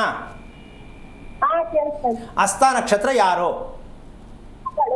ಹಾಂ, ಈ ರಮೇಶ್ ಪಿಚ್ಚಲ್ ಆದಂಗೆ ಆಯಿತು. ಕರೆಕ್ಟಾಗಿರೋ ಜಾಗದಲ್ಲಿ ಬಾಯಿ ಮುಚ್ಕೊಂಬಿಡೋದು. ಹಿಂಗಾಯ್ತು ಕತೆ. ಏನು ಹೇಳೋದು? ನಿನ್ನ ಅದೃಷ್ಟ ಚೆನ್ನಾಗಿರೋ ಏನೋ ಗೊತ್ತಿಲ್ಲ. ಅಮ್ಮ ಕಟ್ಟಾಗ್ತಾ ಇದೆ ತಾಯಿ, ನನಗೇನೋ ಅರ್ಥ ಆಗ್ತಾಯಿಲ್ಲ, ಯಾವ್ಯಾವ್ದು ಏನೋ ಹೇಳೋಕ್ಕಾಗಲ್ಲ. ಇನ್ನೊಮ್ಮೆ ಪ್ರಯತ್ನ ಮಾಡ್ತಾಯಿ, ಒಳ್ಳೇದಾಗಲಿ. ಥ್ಯಾಂಕ್ ಯು ಮಂಜುಳಾ ಅವರೇ. ಗುರುಜಿ ಇನ್ನು ಹೆಸರಿಡೋದು ಕುರಿತಂತೆ ತಿಳಿಸ್ಕೊಡ್ತಾ ಇದ್ರಿ, ಮುಂದುವರಿಸಿ. ಈಗ ಪಾಪ ಮಗು ಆಗಿಲ್ಲ ಅನ್ನೋದು ಒಂದು ಕೊರತೆ ಅಲ್ವೇನಮ್ಮ? 7 ವರ್ಷ 5 ವರ್ಷ 3 ವರ್ಷ ಅವರೇ ಸ್ಕೀಮ್ ಹಾಕೊಂಡ್ಬಿಡ್ತಾರೆ, ಯಾಕಿನ್ನು ಮಗು ಆಗಿಲ್ಲ. ಈ ಮಗು ಯಾಕಾಗಿಲ್ಲ, ಮದುವೆ ಯಾಕಾಗಿಲ್ಲ ಅಂತ ಯಾರು ಮನಸ್ಸಲ್ಲಿ ಇಟ್ಕೋತಾರೆ, ಇದೊಂಥರ ಮನೋರೋಗ ಶುರುವಾಯಿತು. ಇವರು ಅಡ್ಮಿಟ್ಲೇ ಮಾಡಬೇಕು, ಮದುವೆ ಯಾಕಾಗಿಲ್ಲ ಯೋಚನೆ ಅಲ್ವಾ? ಯೋಚನೆ ತಾನೆ. ಇನ್ನು ಎಲ್ಲ ಕಡೆ ಕೇಳಕ್ಕಾಯ್ತು, ನನಗೆ ಹಿಂಗೆ ಆಯ್ತಾ ಇದೆ ಮದುವೆ ಯಾಕಾಗಿಲ್ಲ, ಮದುವೆ ಕೇಳೋಕ್ಕಾಗಲ್ಲ. ಮಾನಸಿಕವಾಗಿ ಯೋಚನೆ ಮಾಡೋದು, ಇಲ್ಲ ನನ್ನ ಜೊತೆಲಿ ಹುಡ್ತವ್ರು, ನನ್ನ ಜೊತೆ ಮಾಡಿದವರು ಓದ್ದವರೆಲ್ಲ ಹಿಂಗಾದ್ರು, ನಾನು ಯಾಕೆ ಹಿಂಗೆ ಆಗ್ತಾ ಇದ್ದೀನಿ, ನನ್ಗೆ ಯಾಕೆ ಆಗಲಿಲ್ಲ. ಈ ಮನೋರೋಗ ಅಲ್ವೇ ನಮ್ಮ ಇದು, ಅಲ್ವಾ? ಯಾರು ಒಪ್ಸೋದು ಇದನ್ನ? ಮನೇಲಿ ಮಾತಾಡಿದ್ರೆ ನಾನು ಅದಕ್ಕೆ ಹೇಳಿದ್ದು ಮದುವೆ ಮಾಡ್ಕೊ ಅಂತ, ನೆನೆ ಬಂದಿದ್ದು ನಾನು ಹುಡುಗ ಚೆನ್ನಾಗಿರಲ್ವಾ ಅಂತಾರೆ ಅವರು. ಹೆಂಗೆ ಕತೆ ಇದು? ಅರ್ಜೆಂಟಿಗೆ ಮಾಡು ಅನ್ನೋ ಮಟ್ಟಕ್ಕೂ ಆಗಲ್ಲ, ಇಲ್ಲ ವೆಯ್ಟ್ ಮಾಡೋಣ ನಮ್ಗೆ ಆಗಲ್ಲ, ಚುಚ್ಚುತ್ತಾರೆ ಸುತ್ತ, ಯಾಕೆ ಮದುವೆ ಆಗಿಲ್ಲ, ಯಾಕೆ ಮದುವೆ ಆಗಿಲ್ಲ ಅಂತ. ಎಂಥ ರೋಗ ನೋಡಮ್ಮ. ಇದಕ್ಕೇನೋ ಮೆಡಿಷನ್ ಇದೆಯಾ? ಸಾಧ್ಯನೇ ಇಲ್ಲ, ಮೆಡಿಷನ್ನೇ ಇಲ್ಲ ಇದಕ್ಕೆ. ಅಂದರೆ ನಾವು ಸಾಕಷ್ಟು ಜನಕ್ಕೆ ಕೇಳ್ತೀನಿ, ಮದುವೆ ಆಗಿಲ್ಲ ತುಂಬ ಒಳ್ಳೇದಾಯಿತು ಅಂತೀನಿ. ಬೇರೆಯವ್ರು ಏನು ಹೇಳ್ತಾರೆ ಅಂದರೆ, ಮದುವೆ ಆಗಿಲ್ವಾ, ಗುರು ಬರ್ತಾ ಇರ್ಬೇಕಲ್ಲ, ಬಂದಿರಬೇಕಿತ್ತಲ್ಲ, ಹೋದ್ಸಲ ಒಂದು ಹುಡುಗ ಬಂದು ಹೊಟ್ಟೋದ್ನಲ್ಲ, ಅದು ಈಗ ಬರ್ತಾನೆ ಬಿಡು ನವಂಬರ್ಗೆ ಅಂತ ಹೇಳ್ತಾರೆ. ಅಮ್ಮ ಎಲ್ಲ ಬರೀ ಬೋಗಸ್ ಕತೆ. ಮದುವೆ ಆಗ್ತಕ್ಕಂತಹ ಒಂದು ವಿಚಾರದಲ್ಲಿ ಯಾವುದೇ ನಮಗೆ ಮನುಷ್ಯ ಅಂತಕ್ಕಂಥದ್ದು ಮೇಲೆ ನಮ್ಮ ಬೈಕೆ ಏನಿರುತ್ತೆ, ಆ ಬೈಕಿಗೆ ಕಾರಣ ನಮ್ಗೆ ಸಿಕ್ಕಿಲ್ಲ ಅಂದಾಗ ನಾವು ದಾರಿ ತಪ್ಪಿದ್ದೀವಿ ಅಂತ ಅರ್ಥ. ಅಂದರೆ ನಮ್ಮ ಸಿಸ್ಟಮ್ ಚೆನ್ನಾಗಿಲ್ಲ, ನಮ್ಮ ಸಿಸ್ಟಮ್ ಕೆಟ್ಟಿದೆ ಅಷ್ಟೇ. ಬೇರೆ ನಾವು ಯಾವುದೇ ನಿಂದನೆ ಮಾಡಬಾರ್ದು, ಅಪ್ಪ ಅಮ್ಮನೂ ನಿಂದನೆ ಮಾಡಬಾರ್ದು. ನಮ್ಮಲ್ಲಿ ಏನೋ ನಮ್ಗೆ ಸಿಗ್ತಾ ಇಲ್ಲ ಅಂದರೆ ನಂದು ಸಿಸ್ಟಮ್ ಟೋಟಲಿ ಪೂರ್ತಿ ಕೆಟ್ಟು ಹೋಗಿದೆ, ಟೈಮ್ ಟೇಬಲ್ ಚೆನ್ನಾಗಿಲ್ಲ ಅಂತ ತಿಳ್ಕೊಂಬಿಟ್ರೆ ಅಮ್ಮ ಮನೋರೋಗ ಆಟೋಮೆಟಿಕ್ ಹೊಟ್ಟೋಗ್ಬಿಡುತ್ತೆ. ಇದು ಮಾಡಲ್ಲ, ಇದು ಯಾರು ಹೇಳಲ್ಲ. ನೀನು ಅಲ್ಲಿಗೆ ಹೋಗು, ಮರ ಸುತ್ತು, ನವಗ್ರಹ ಸುತ್ತು, ಅಲ್ಲಿಗೆ ಹೋಗು, ಆ ದೇವಸ್ಥಾನಕ್ಕೆ ಹೋಗು, ಸುಬ್ರಹ್ಮಣ್ಯಕ್ಕೆ ಹೋಗು, ಕೇರಳಕ್ಕೆ ಹೋಗು ಅಂತ ಕತೆ ಹೇಳ್ತಾರೆ. ಎಲ್ಲಿಗೆ ಹೋದ್ರು ಹುಡುಗ ಅಂತೂ ಸಿಕ್ಕಲ್ಲ. ಇವ್ರು ಅನ್ಕೊಂಡಿದ್ದು ಹುಡುಗ ಯಾವುದೋ ಒಂದು ಸಿಗುತ್ತೆ, ಮಾಡ್ಕೊಳಕ್ಕೆ ಇಷ್ಟ ಇಲ್ಲ, ಖಂಡಿತ ಅಲ್ವಾ? ಸಮಯ ಎಲ್ಲ ಹಿಂಗೆ ವ್ಯರ್ಥ ಆಗ್ತಾ ಇದೆ, ದೇಹದೆಲ್ಲ ಪೂರ್ಣ ಶಕ್ತಿ ಎಲ್ಲ ಹೊಟ್ಟೋಗ್ತಾ ಇದೆ. ಮತ್ತು ಕೊನೆಗೆ ಮದುವೆನ ಅಯ್ಯೋ ಬಿಡು, ಹಂಗಾಯ್ತು ಹಿಂಗಾಯ್ತು, ಇಷ್ಟೊಂದಾಯ್ತು, ಮದುವೆನೇ ಬೇಡ, ಈ ಮಟ್ಟಕ್ಕೆ ಹೊಟ್ಟೋಗ್ತಾರೆ. ಸೊ ಇದೆಲ್ಲವೂ ಕೂಡ ನಡೀತಾ ಇರ್ತಕ್ಕಂಥದ್ದು ಏನಕ್ಕೆ ಅಂದರೆ, ನಮಗೆ ನಮ್ಮ ದೇಹದ ಗುರುತು ನಮಗೆ ಅರಿವಾಗಿಲ್ಲ, ಸಿಕ್ಕಿಲ್ಲ. Very simple. ನಮ್ಮ ದೇಹ ಅಂತ ಹೇಳ್ತೀವಿ, ಅಮ್ಮ ಇದೇ ದೊಡ್ಡ ಅಪರಾಧ. ನನ್ನ ದೇಹ ತಪ್ಪು, ದೇಹ ನನ್ನದಲ್ಲ ಅಂತ ಯಾರು ಅಂತಾರ? ಇಲ್ಲ. ನಾನು ನಾನು ಅಂತಾರೆ, ನಂದು ನಾನು. ಹೌದು. ಎಲ್ಲಿ ನಿಂದುದು? ನಿನ್ನ ದೇಹ ಅಲ್ವಲ್ಲ ಅದು. ನಿನ್ನ ದೇಹ ಆಗಿದ್ರೆ ನಿನ್ನ ಮಾತು ಕೇಳ್ತಿತ್ತು, ಹೌದು ಅಲ್ವಾ? ಆದರೂ ನನ್ನ ದೇಹ ಅಂದರೆ ಯಾರು ತಪ್ಪಿದಕ್ಕೆ? ನಮ್ದು ಬಾಡಿಗೆ ಮನೆಯಮ್ಮ, ಇರುವಷ್ಟು ದಿನಕ್ಕೆ, ಆಮೇಲೆ ಖಾಲಿ ಮಾಡಲೇಬೇಕಲ್ಲ ನಾವು, ಅಲ್ವಾ? ದೇಹ ಬಿಡ್ತು ಅಂದ ಮೇಲೆ, ಆತ್ಮ ಹೋಯ್ತು ಅಂದಮೇಲೆ ದೇಹ ಏನಕ್ಕೆ ಬೆಲೆ ತಗೊಂಡೋಗಿ ಹಾಕಿ ಅಂತಾರೆ. ಹಾಗೆ ಇದೆಲ್ಲ ವಿಚಾರಗಳನ್ನು ಸಾಧ್ಯವಾದಷ್ಟು ಮಟ್ಟಕ್ಕೂ ತೃಪ್ತಿಕರವಾದ ಜೀವನ ಬೇಕು ಅಂದರೆ ಈ ವಿಚಾರಗಳು ತಿಳ್ಕೋಬೇಕು. ನಮ್ಮ ಜನಗಳ ವಾಡಿಕೆ ಏನು ಅಂದರೆ, ಮದುವೆ ಆಗಲಿಲ್ಲ ಏನಾರು ಒಂದು ಪರಿಹಾರ ಹೇಳಿ, ಮಗು ಆಗಲಿಲ್ಲ ಒಂದು ಪರಿಹಾರ ಹೇಳಿ, ನಿದ್ದೆ ಬರ್ತಾ ಇಲ್ಲ ಒಂದು ಪರಿಹಾರ ಹೇಳಿ, ಬುಕ್ ತಗೊಂಡು ಬರ್ಕೊತಾ ಇರ್ತೀವಿ. ಈ ಅಭ್ಯಾಸದಲ್ಲಿ ನಮ್ಮ ಜನ ಪೂರ್ಣವಾಗಿ ಮುಳುಗೋಗಿದ್ದಾರೆ.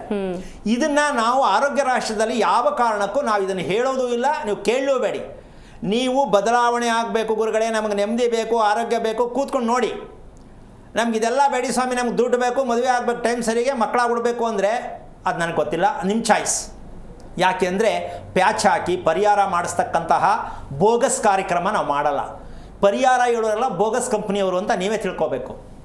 ಯಾಕೆ ಅಂದರೆ ಪರಿಹಾರ ಅವರಿಗೆ ಗೊತ್ತಿರೋ, ಅವ್ರು ಇಲ್ಲಿ ಬಂದು ಕೂತ್ಕೊಂಡು ಹೇಳೋಂಗೆ ಇರಲಿಲ್ಲ, ಅವರೇ ಎಲ್ಲ ಮಾಡ್ಕೊಂಬಿಡೋರು ಮನೇಲಿ ಕೂತ್ಕೊಂಡು. ಇದನ್ನು ನೀವು ತಿಳ್ಕೊಬೇಕು.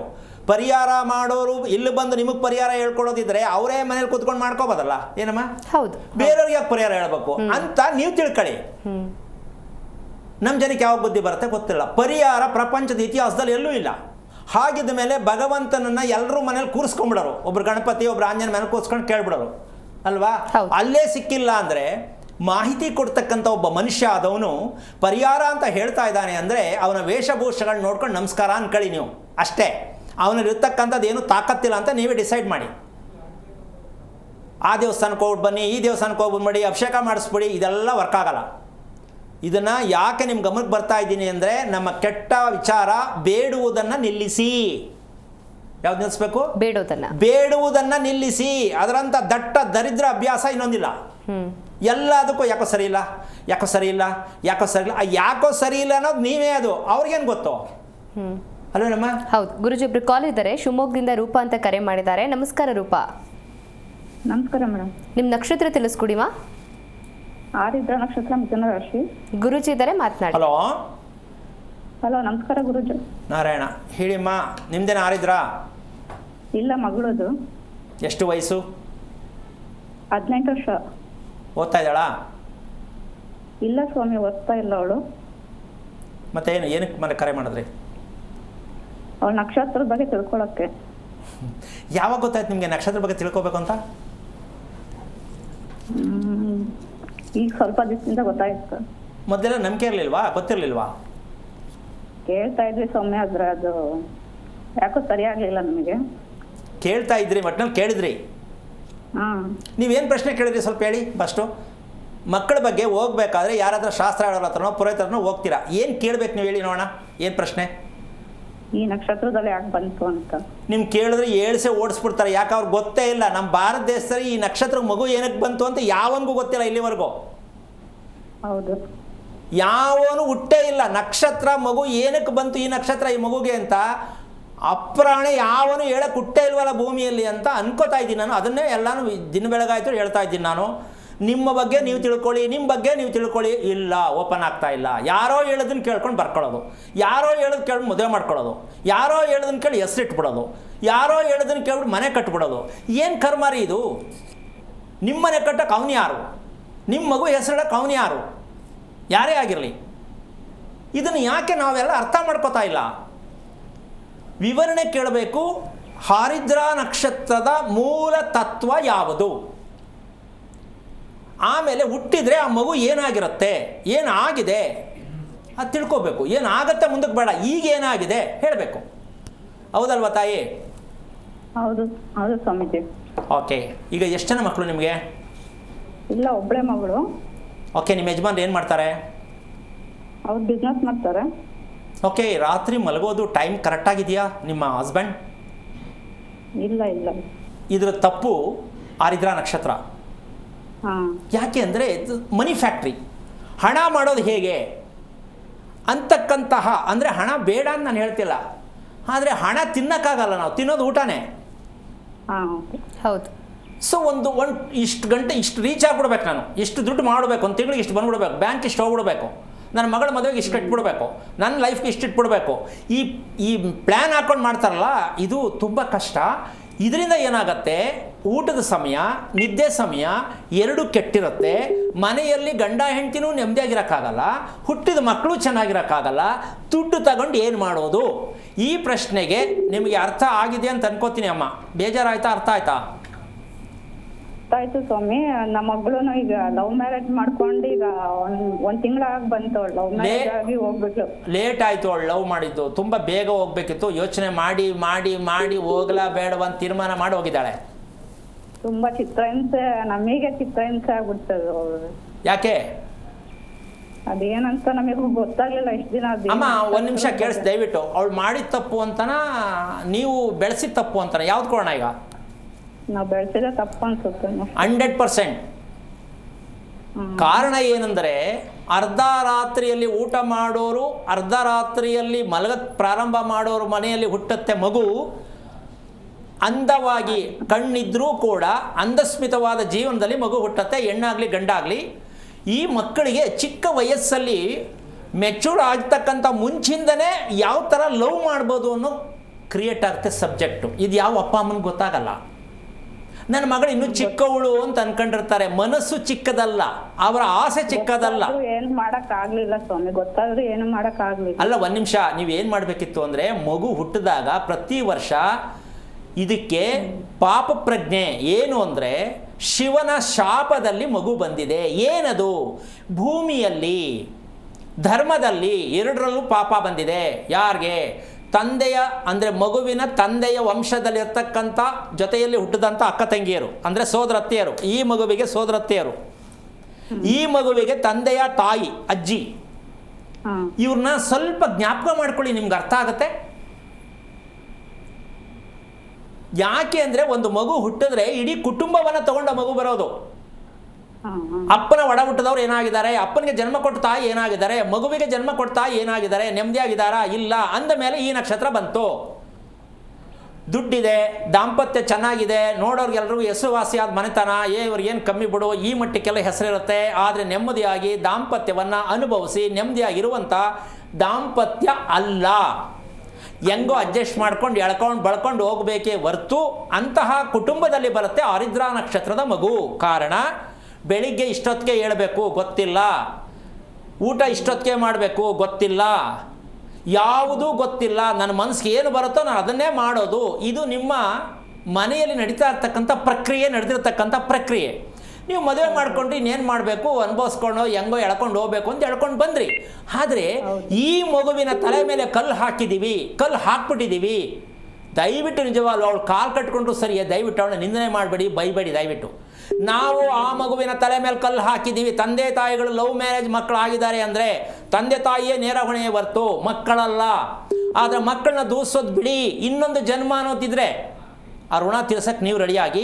ಮಕ್ಕಳು ದಾರಿ ತಪ್ಪಿದ್ದಾರೆ, ದಾರಿ ತಪ್ಪಲಿದ್ದಾರೆ, ಮುಂದೆ ತಪ್ಪುತ್ತಾರೆ. ಈ 3 ಆ್ಯಂಗಲಲ್ಲೂ ತಂದೆ ತಾಯಿನೇ ಮೂಲ ಕಾರಣ. ಓದುವುದನ್ನು ಬಿಟ್ಟು ಮಕ್ಕಳ ಆರೋಗ್ಯ ಸ್ಥಿತಿ ಯಾರೂ ವಿಚಾರ ಮಾಡಲ್ಲ, ಮಗುವಿನ ದೇಹ ಸ್ಥಿತಿ ಯಾರೂ ವಿಚಾರ ಮಾಡಲ್ಲ. ಅದು ನಿದ್ದೆ ಮಾಡ್ತಾ ಗೊತ್ತಿಲ್ಲ, ಕರೆಕ್ಟ್ ಟೈಮ್ಗೆ ಮೋಷನ್ಗೆ ಹೋಯ್ತಾ ಗೊತ್ತಿಲ್ಲ. ಹಂಗಿದ್ದ ಮೇಲೆ ಮಕ್ಕಳನ್ನ ನೀವು ಹೇಗೆ ಬೆಳೆಸಿದ್ರಿ? ಯಾಕೆ ಬೆಳೆಸಬೇಕು? ಮಗು ಹುಟ್ಟಿದ ತಪ್ಪ ಅಂದರೆ ತಂದೆ ತಾಯಿಯಾಗಿ ಮಕ್ಕಳನ್ನ ತಗೊಂಡದ್ದು ತಪ್ಪ? ಯಾವ ತಪ್ಪು ತಗೊಳ್ಳೋದಿಲ್ಲ. ತಂದೆ ತಾಯಿ ತಪ್ಪು ಅಂತ ಹೇಳೋಕ್ಕಾಗಲ್ಲ, ಮಗುದು ತಪ್ಪು ಅಂತ ಹೇಳೋಕ್ಕಾಗಲ್ಲ. ಮತ್ತು ತಪ್ಪು ಯಾರದ್ದು? ಈ ಬುಡ್ಬುಡಿಕೆ ಶಾಸ್ತ್ರ ಹೇಳ್ತಾ ಇದ್ದಾರಲ್ಲ, ನಮ್ಮ ದೇಶ ಹಾಳು ಮಾಡ್ತಾ ಇದ್ದಾರಲ್ಲ, ಇವರದ್ದು. ಅದಕ್ಕೊಂದು ಪರಿಹಾರ, ಇದಕ್ಕೊಂದು ಹೆಸರು, ಈ ನಕ್ಷತ್ರಕ್ಕೆ ಇದೊಂದು ಹೆಸರು, ಹಿಂಗೆ ಹೇಳಿ ನಮ್ಮ ದೇಶಕ್ಕೆ ಬೆಂಕಿ ಹಚ್ತಾ ಇರ್ತಕ್ಕಂತಹ ಅವೈಜ್ಞಾನಿಕವಾಗಿರ್ತಕ್ಕಂಥ ಶಾಸ್ತ್ರ ಹೇಳ್ತಕ್ಕಂಥದ್ದು ನಮ್ಮಲ್ಲಿ ಆಗ್ತಾ ಇರ್ತಕ್ಕಂಥ ದೊಡ್ಡ ದುರಂತವೇ ಸರಿ. ಇದನ್ನು ಯಾರು ಯಾವತ್ತೂ ಇದನ್ನು ಪ್ರಯೋಜನ ಪಟ್ಕೊಳ್ಳೋಕ್ಕೆ ಅವ್ರನ್ನ ಕೂರಿಸಿ ನಿಲ್ಲಿಸಿ ನೀವು ಹೇಳ್ತಾ ಇರೋದ್ರಲ್ಲಿ ಏನು ಆಧಾರ ಇದೆ ಅಂತ ಯಾರು ಕೇಳೋಕ್ಕೆ ಯಾರಿಗೂ ತಾಕತ್ತಿಲ್ವಾ, ಗೊತ್ತಿಲ್ವಾ, ಗುಂಡಿಗೆ ಇಲ್ವಾ? ನನಗೆ ಅರ್ಥ ಆಗ್ತಾ ಇಲ್ಲ. ಏನು ಆಧಾರದಲ್ಲಿ ಹೇಳ್ತಿದ್ದೀರಾ ನೀವು? ಕಮಾನ್ ಹೇಳಬೇಕು. ಇಲ್ಲ, ಹೇಳಿದ್ದೇ ಸರಿ, ವೇದವಾಕ್ಯ. ಈ ರೀತಿಯಾಗಿರ್ತಕ್ಕಂಥ ನಿಮ್ಮಂಥ ತಂದೆ ತಾಯಿಗಳು ಬೇಕಾದಷ್ಟು ಜನ ಅನುಭವಿಸ್ತಾ ಇದ್ದಾರೆ. ಪಾಪ ನೀವು ಎಷ್ಟು ನೋವ್ತಾ ಇದ್ದೀರಾ, ಎಷ್ಟು ನೋವು ಪಟ್ಕೋತಾ ಇದ್ದೀರಾ. ದಯವಿಟ್ಟು ನೋವು ಪಟ್ಕೋಬೇಡಿ. ನಮ್ಮದೇನೋ ಕರ್ಮ ಕಳೀತು, ಮುಂದೆ ನಾವು ಏನು ದಾರಿ ಮಾಡಬೇಕು ಅಂತ ಗಂಡ ಹೆಂಡತಿ ಕೂತ್ಕೊಂಡು ಡಿಸೈಡ್ ಮಾಡಿ ನಿಮ್ಗೆ ಅನುಕೂಲ ಆಗುತ್ತೆ. ಮುಂದೆ ಅದು ಏನಾಗುತ್ತೋ ಅನ್ನೋದಕ್ಕಿಂತ ನಾವೇನಾಗ್ತೀವಿ ಅನ್ನೋದಕ್ಕಿಂತ ಇದಕ್ಕೆ ರಿಪೇರಿ ಏನು ಈಗ ಮುಂದಕ್ಕಾರು ಅಂತ ನೀವು ಪ್ರಯತ್ನ ಮಾಡೋಕ್ಕೆ ರೆಡಿ ಇದ್ದೀರಾ ಇಲ್ವಾ? ಅವರು ಹಂಗ ಪ್ರಯತ್ನ ಮಾಡಿದ್ರೆ ಖುಷಿ, ಸದ್ಯಕ್ಕೆ ಬೇಡ, ಇನ್ನು ಸ್ವಲ್ಪ ಟೈಮ್ ಕಳೀಲಿ, ಬೇಜಾರಲ್ಲಿರ್ತಾರೆ. ಅದಕ್ಕೆ ನೀವೇನು ಮಾಡಿ ಅಂದರೆ ಯಾವುದಾದ್ರು ಒಂದು ದೇವಸ್ಥಾನಕ್ಕೆ ಹೋಗ್ಬಿಟ್ಟು ಒಂದು ಸೇವೆ ಮಾಡಿ, ಒಂಚೂರು ಏನೋ ಕಸ ಹೊಡೆಯೋದು, ರಂಗೋಲಿ ಹಾಕೋದು, ನೀರು ಹಾಕೋದು, ದೇವಸ್ಥಾನದಲ್ಲಿ ಶಿವನ ದೇವಸ್ಥಾನದಲ್ಲಿ ಅಲ್ಲಿ ಹೋಗಿ ಒಂದು 5 ನಿಮಿಷ ಕುತ್ಕೊಳ್ಳಿ, ಸ್ನಾನ ಮಾಡಿಕೊಂಡು ನಿಮ್ಮ ಯಜಮಾನರು ಪರಿವರ್ತನೆ ಆಗ್ತಾರೆ, ನಿಮ್ಮಲ್ಲಿ ಮನಸ್ಸು ಪರಿವರ್ತನೆ ಆಗುತ್ತೆ, ಏನೋ ಒಂದು ಆಗತ್ತೆ. ಬಟ್ ಅವ್ರೇನಾಗ್ತಾರೆ, ಅವ್ರು ಹೆಂಗಿದ್ದಾರೆ ದಯವಿಟ್ಟು ಬೇಡ. ಈಗ ತಪ್ಪು ನಮ್ಮದಾಗಿದೆ, ನಾವು ತಿಳ್ಕೊಳ್ಳೋಣ ಅಂತ ಇಷ್ಟು ಮಾತ್ರ ಯೋಚನೆ ಮಾಡಿ. ನಿಮಗೆ ದಾರಿ ಸಿಗತ್ತೆ. ಮನಸ್ಸು ಕೆಡಿಸ್ಕೋಬೇಡಿ, ಯೋಚನೆ ಮಾಡಬೇಡಿ. ತುಂಬ ಕಷ್ಟ ಇದೆ, ಯೋಚನೆ ಮಾಡಿದ್ರೆ ಕಷ್ಟ ಬಿಡೋದನ್ನ ಯಾವ ಕಾರಣಕ್ಕೂ ನೀವು ಪ್ರಯತ್ನ ಮಾಡಬೇಡಿ. ಧೈರ್ಯವಾಗಿರಿ, ಒಳ್ಳೆಯದಾಗಲಿ. ದೇವಸ್ಥಾನಕ್ಕೆ ಹೋಗಿ ಸಂಜೆ ಬೆಳಗ್ಗೆ ಒಂದು 10 ನಿಮಿಷ ಕೂತ್ಕೊಂಡು ಬನ್ನಿ, ಏನೋ ಒಂದು ಕೈಲಾಸ ಸೇವೆ ಮಾಡಿ ಬನ್ನಿ. ನಿಮಗೆ ಮನಸ್ಸು ಖುಷಿ ಕೊಡುತ್ತೆ, ಏನೋ ಒಂದು ಆಗತ್ತೆ. ಆಮೇಲೆ ಪರಿವರ್ತನೆ ಆದಮೇಲೆ ತಿಳ್ಕೊಳ್ಳೋ ಪ್ರಯತ್ನ ಮಾಡಿ ಅಮ್ಮ, ಹೇಳ್ಕೊಡೋಣ. ಒಳ್ಳೆಯದಾಗಲಿ. ಥ್ಯಾಂಕ್ ಯು ರೂಪಾ ಅವರೇ, ಕರೆ ಮಾಡಿದ್ದಕ್ಕಾಗಿ. ಗುರುಜಿದೀಗ ಕಾರ್ಯಕ್ರಮದ ಕೊನೆಯ ಹಂತಕ್ಕೆ ಬಂದಿದ್ದೀವಿ. ಹೆಸರು ಕುರಿತಂತೆ ತಿಳಿಸ್ಕೊಡ್ತಾ ಇದ್ರೆ ಮುಂದುವರಿಸಿ. ಇಲ್ಲಿ ವಿಚಾರ ಪಾಪ ಎಷ್ಟು ನೋವಾಗ್ತಾ ಇದೆ. ಆದರೆ ತಂದೆ ತಾಯಿಗಳು ನೋವು ಪಟ್ಕೋತಾರೆ. ನಮ್ಮ ಮಕ್ಕಳಿಗೆ ನಾವು ದಾರಿ ತಪ್ಪಿಸ್ಬೇಕು ಅಂತ ಮಾಡ್ತೀವ, ನಮ್ಮ ಮಕ್ಕಳು ನಾವು ಚೆನ್ನಾಗಿರಬೇಕು ಅಂತ ಮಾಡ್ತೀವಿ ಅಂತ ಅಂದ್ಕೊಂಡಿದ್ದಾರೆ. ಅದಕ್ಕೆ ನಾವು ಏನು ಮಾಡಬೇಕಿತ್ತು ಅಂತ ತಿಳ್ಕೊಂಡಿಲ್ಲ. ಹೌದು, ಚೆನ್ನಾಗಿರೋದು ಬಯಸೋದು ಅಪ್ಪ ಅಮ್ಮನೂ ಸರಿನೇ. ಚೆನ್ನಾಗಿರ್ಬೇಕಾದ್ರೆ ಸಾಂಬಾರು ಚೆನ್ನಾಗಿರ್ಬೇಕಂದ್ರೆ ಅದಕ್ಕೆ ಏನೇನು ಹಾಕ್ಬೇಕು ಎಲ್ಲ ಹಾಕ್ಬೇಕಲ್ಲಮ್ಮ. ಹೌದು. ನನಗಿವಾಗ ಮೂಡಿಲ್ಲ ಸಾಂಬಾರು ಚೆನ್ನಾಗಿರಲಿ ಅಂತ ಸುಮ್ಮನೆ ದೇವ್ರ ಹತ್ರ ಪೂಜೆ ಮಾಡಿಬಿಟ್ಟು ಸಾಂಬಾರು ಸರಿ ಹೋಗುತ್ತಾ? ಇಲ್ಲ. ಸಾಂಬಾರು ಮಾಡೋ ರೀತಿ ಚೆನ್ನಾಗಿರಬೇಕು, ಮನಸ್ಸಲ್ಲಿರಬೇಕು, ಸಾಂಬಾರು ಚೆನ್ನಾಗಾಗತ್ತೆ. ನಮ್ಮ ಜನ ಏನು ಅಂದರೆ ಒಂದು ನಿಂಬೆಹಣ್ಣು ಕಟ್ಬಿಡೋಣ, ಇಲ್ಲ ನಿಂಬೆಹಣ್ಣು ಇಳಿ ತೆಗೆದುಬಿಡೋಣ, ಸಾಂಬಾರು ಚೆನ್ನಾಗಿರಲಿ ಅನ್ನೋ ಮಟ್ಟಕ್ಕೆ ಹೋಗ್ಬಿಟ್ಟಿದ್ದೀವಿ. ಯಾಕೆಂದರೆ ನನಗೆ ಟೈಮ್ ಇಲ್ಲ, ನಾನು ತುಪ್ಪ ಹಾಕಿ ಸಾಂಬಾರು ಮಾಡೋಕ್ಕೆ ನನ್ನ ಹತ್ರ ದುಡ್ಡಿಲ್ಲ, ನಾನು ಹೋಗಿ ತಂದು ಕೊಡೋಕ್ಕೆ ನನಗೆ ಯಾರೂ ಇಲ್ಲ. ದೇವ್ರ ಮೇಲೆ ಭಾರ ಹಾಕ್ಬಿಟ್ಟು ನಿಂಬೆಹಣ್ಣು ಹೊಡೆದ್ಬಿಡೋಣ. ಅನ್ನೋ ಮಟ್ಟಕ್ಕೆ ನಾವು ಹೋಗಿದ್ದೀವಿ. ಯಾಕೆ ಅಂದರೆ ನಮಗೆ ಸಡನ್ನಾಗಿ ಸಿಕ್ಬಿಡ್ಬೇಕು. ದೋಸೆ ಸಂಪಣ ತಗೊಂಡ್ಬಂದು ದೋಸೆ ಮಾಡ್ಕೊಂಡು ತಿನ್ನೋ ಮಟ್ಟಕ್ಕೆ ಹೋಗಿದ್ದೀವಿ ನಾವು, ಅಲ್ಲಮ್ಮ? ಯಾಕೆ ಅಂದರೆ ಟೈಮ್ ಇಲ್ಲ. ಆದರೆ ಆ ಸಂಪಣ ತಂದು ನಾವು ತಿನ್ನಬಹುದಾ ಅನ್ನೋದು ಗೊತ್ತಿಲ್ಲ. ಒಟ್ಟಿನಲ್ಲಿ ನಮ್ಮ ಟಿಫನ್ ಬೆಳಗ್ಗೆ ಎದ್ದ ತಕ್ಷಣ ಕೈಗೆ ಸಿಕ್ಬಿಡ್ಬೇಕು, ಅಲ್ವಾ? ಅಂದಮೇಲೆ ನಮ್ಮ ದೇಹ, ನಾನು ನಂದು ದೇಹ ಅಂತ ಹೇಳ್ಕೊಳ್ಳೋಕ್ಕೆ ನಮ್ಗೆ ಅಧಿಕಾರ ಇದೆಯಾ? ಪ್ರತಿಯೊಬ್ಬರು ಯೋಚನೆ ಮಾಡಿ. ಕಾರಣ ಯೋಚನೆ ಮಾಡೋದಲ್ಲ, ಆಲೋಚನೆ ಮಾಡಿ. ಈ ಯೋಚನೆ ಅನ್ನೋದನ್ನು ದಯವಿಟ್ಟು ಬಿಡಿ, ಮಕ್ಕಳು ಅದನ್ನು ಹೇಳ್ಕೊಡ್ಬೇಡಿ. ಯೋಚನೆ ಅಲ್ಲ, ಆಲೋಚನೆ, ದೀರ್ಘವಾದ ಆಲೋಚನೆ ಅಂದರೆ ಚೇಂಜ್ ಮಾಡ್ಕೊಳ್ಳೋದು. ನಾವು ಇದ್ದಂಗೆ ಹೋಗ್ತಾ ಇದ್ದೀವಿ. ನಾನು ಹಿಂಗೆ ಇದ್ದೀನಿ, ನೀನು ಹಂಗೆ ಇರುವಂಥ ಅಪ್ಪ ಅಮ್ಮ ಮಕ್ಕಳಿಗೆ ಹೇಳಿ ಹೇಳಿ ಇವರು ಚೇಂಜ್ ಮಾಡ್ತಾ ಇಲ್ಲ, ಅವರನ್ನು ಫಿಕ್ಸ್ ಮಾಡ್ಕೊತಾವ್ರೆ ಅಂತ ಅಪ್ಪ ಅಮ್ಮನಿಗೆ ಗೊತ್ತಿಲ್ಲ. ಈ ಚೇಂಜಸ್ ತಗೊಳ್ಳೇಬೇಕು.